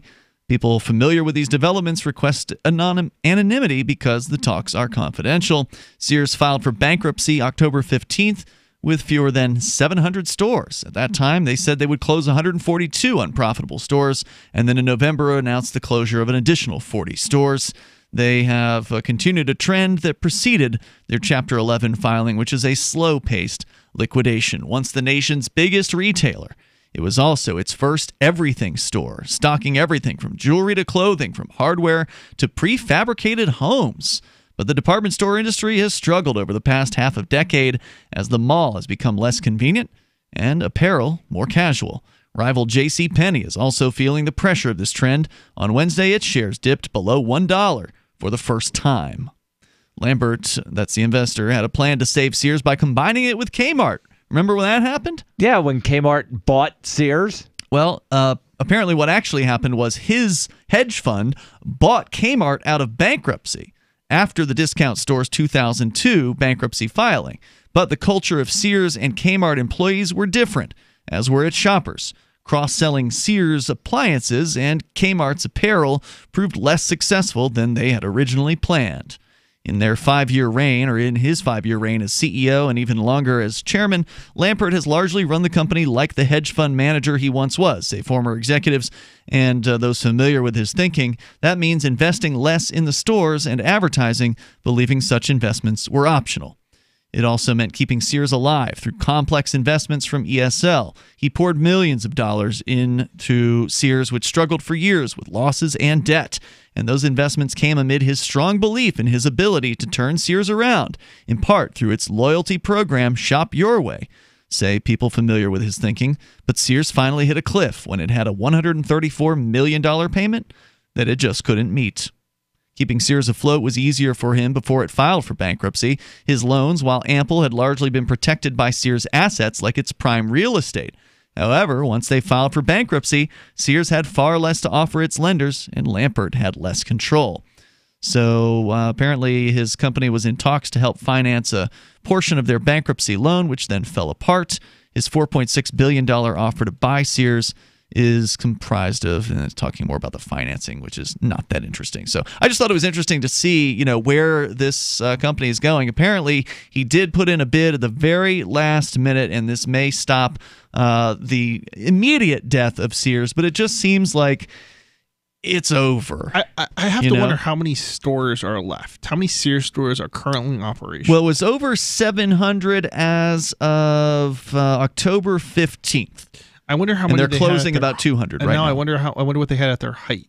That's a damn good question. Because 700 stores doesn't seem like that many. No, that's not. That's not. I think like T-Mobile store, they've got like 2,000 T-Mobile stores in the United States. So, I mean, there's more T-Mobile stores, but then again, I guess they're smaller stores. So, well, I remember reading the Blockbuster story, and I think it was like 19 or 17,000 stores at its peak back in the 90s. Yeah, and they're down to one. Right.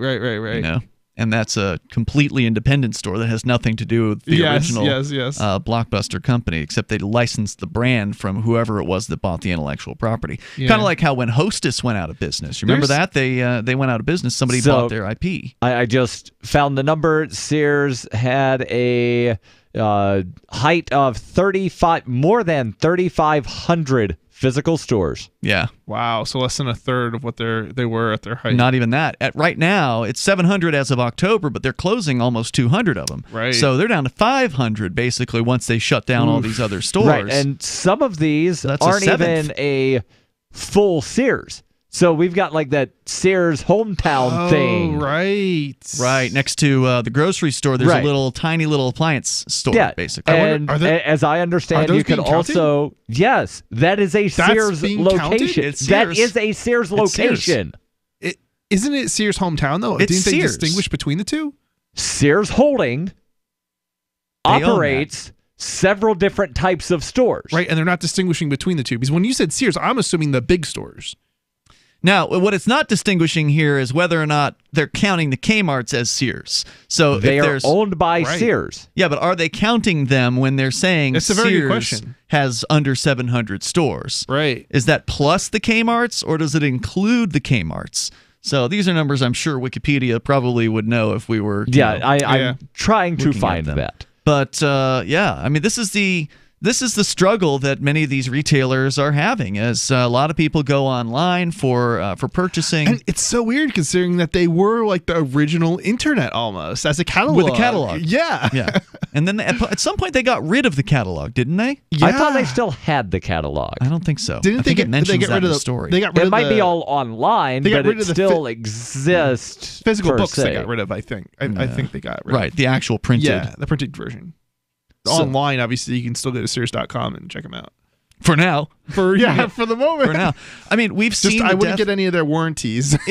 At its peak, Kmart operated 2,300 stores. Yeah. I worked in one of them. Huh. Does it say what Kmart has right now? I'm trying to find that. Yeah. So it's interesting, looking at the deaths of so many of these stores. You remember Circuit City? Oh, yeah. Yep. That's been gone for a decade, at least, I think, at this point. Because I think they closed here in Keene at like 2009, 2010. So almost There's been a lot of tech years. stores that have closed. CompUSA's, I'm trying to think the one, the Wiz. I don't know if anybody remembers that. That's actually a New York. That was New England. Yeah, New England. Darryl, you actually work out in the old Circuit City building. You go to the Planet Fitness. That's in the old Circuit City. Okay, right. Yeah, that's where it was. And they completely went under. So so according to Wikipedia, there are 315 locations designated as Kmart. Mm-hmm. Okay. All right. So there's more Kmarts than Sears? No, it's not clear. We're still not clear as to how many of them are. How could it be any other way? Because 700 is less than 1,200. There are 506 Sears locations. Okay. Now, that's both of these numbers are as of the Sears number is as of Q2. The Kmart number is as of Q4, and some Sears locations have closed. Does that distinguish between Sears and Sears Hometown? No. Sears and Sears Hometown are both Sears. Okay. All right. So, they're both Sears. They used to distinguish between the two. We will continue to observe how things change as we hold on to our wonderful radio, the also very old, ancient technology that surprisingly is still highly used in the United States and around the world. So we thank you for being out there and listening, however it is that you're getting our broadcast, whether it's over the radio, over the internet, over satellite. We appreciate you being there, and thanks for listening to Free Talk Live. We got more coming up tomorrow night. Join us online, freetalklive.com. You can't win if you don't enter, and you actually can improve your chances of winning a prize drawing if you wrinkle up your entry blank. I'm Holland Cook from survivalspeech.com, and I speak from experience. Why this works: if they'll be spinning the drum before drawing, your entry blank will move around more than, and not adhere to, other perfectly flat entry blanks. And if they don't spin the drum and merely reach into a box full of other perfectly flat entry blanks, many of which are sticking together, yours will feel different to the person reaching in.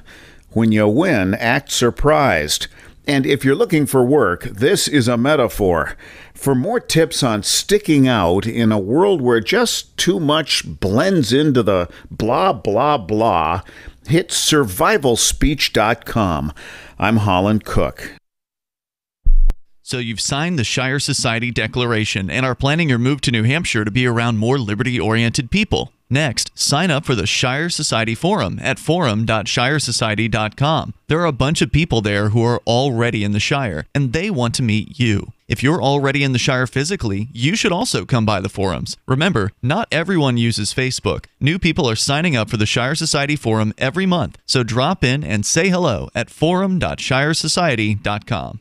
Did you know we've taken our LRN.FM telephone listen line to a new level with the LRN.FM audio on demand line? Now you can call 712-770-8447 anytime and listen to LRN.FM's live feed. And you can listen to a bunch of our original shows on demand. Long distance fees may apply. Just dial 712-770-8447 and choose from the menu. 712-770-8447.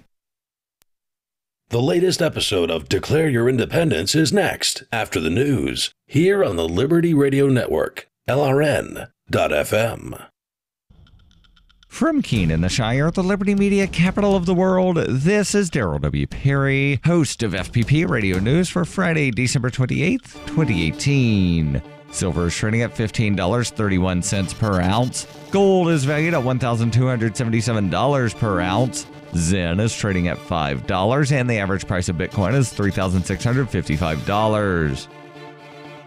Antiwar.com reports Afghan election officials have announced that the April presidential election is going to be postponed for at least 3 months. A new date is not set, but is expected to be in either late July or early August. Officially, this is the result of potential candidates being unable to meet registration requirements and is intended to buy more time for that and allow them to hold a proper election later in the year. In reality, the U.S. has been publicly urging Afghanistan to cancel the election to support ongoing U.S. Taliban negotiations. Recent talks have suggested that the U.S. is offering the Taliban positions in a new caretaker government, which would replace the existing Afghan government outright. U.S. negotiators have envisioned having a deal in place somewhere around April and thought having an election would complicate those efforts. The Taliban has not said anything about this particular election, but considers the Afghan government as a U.S. proxy and of little importance on its own. This is why Taliban negotiators are saying any deal requires the U.S. to withdraw from the country.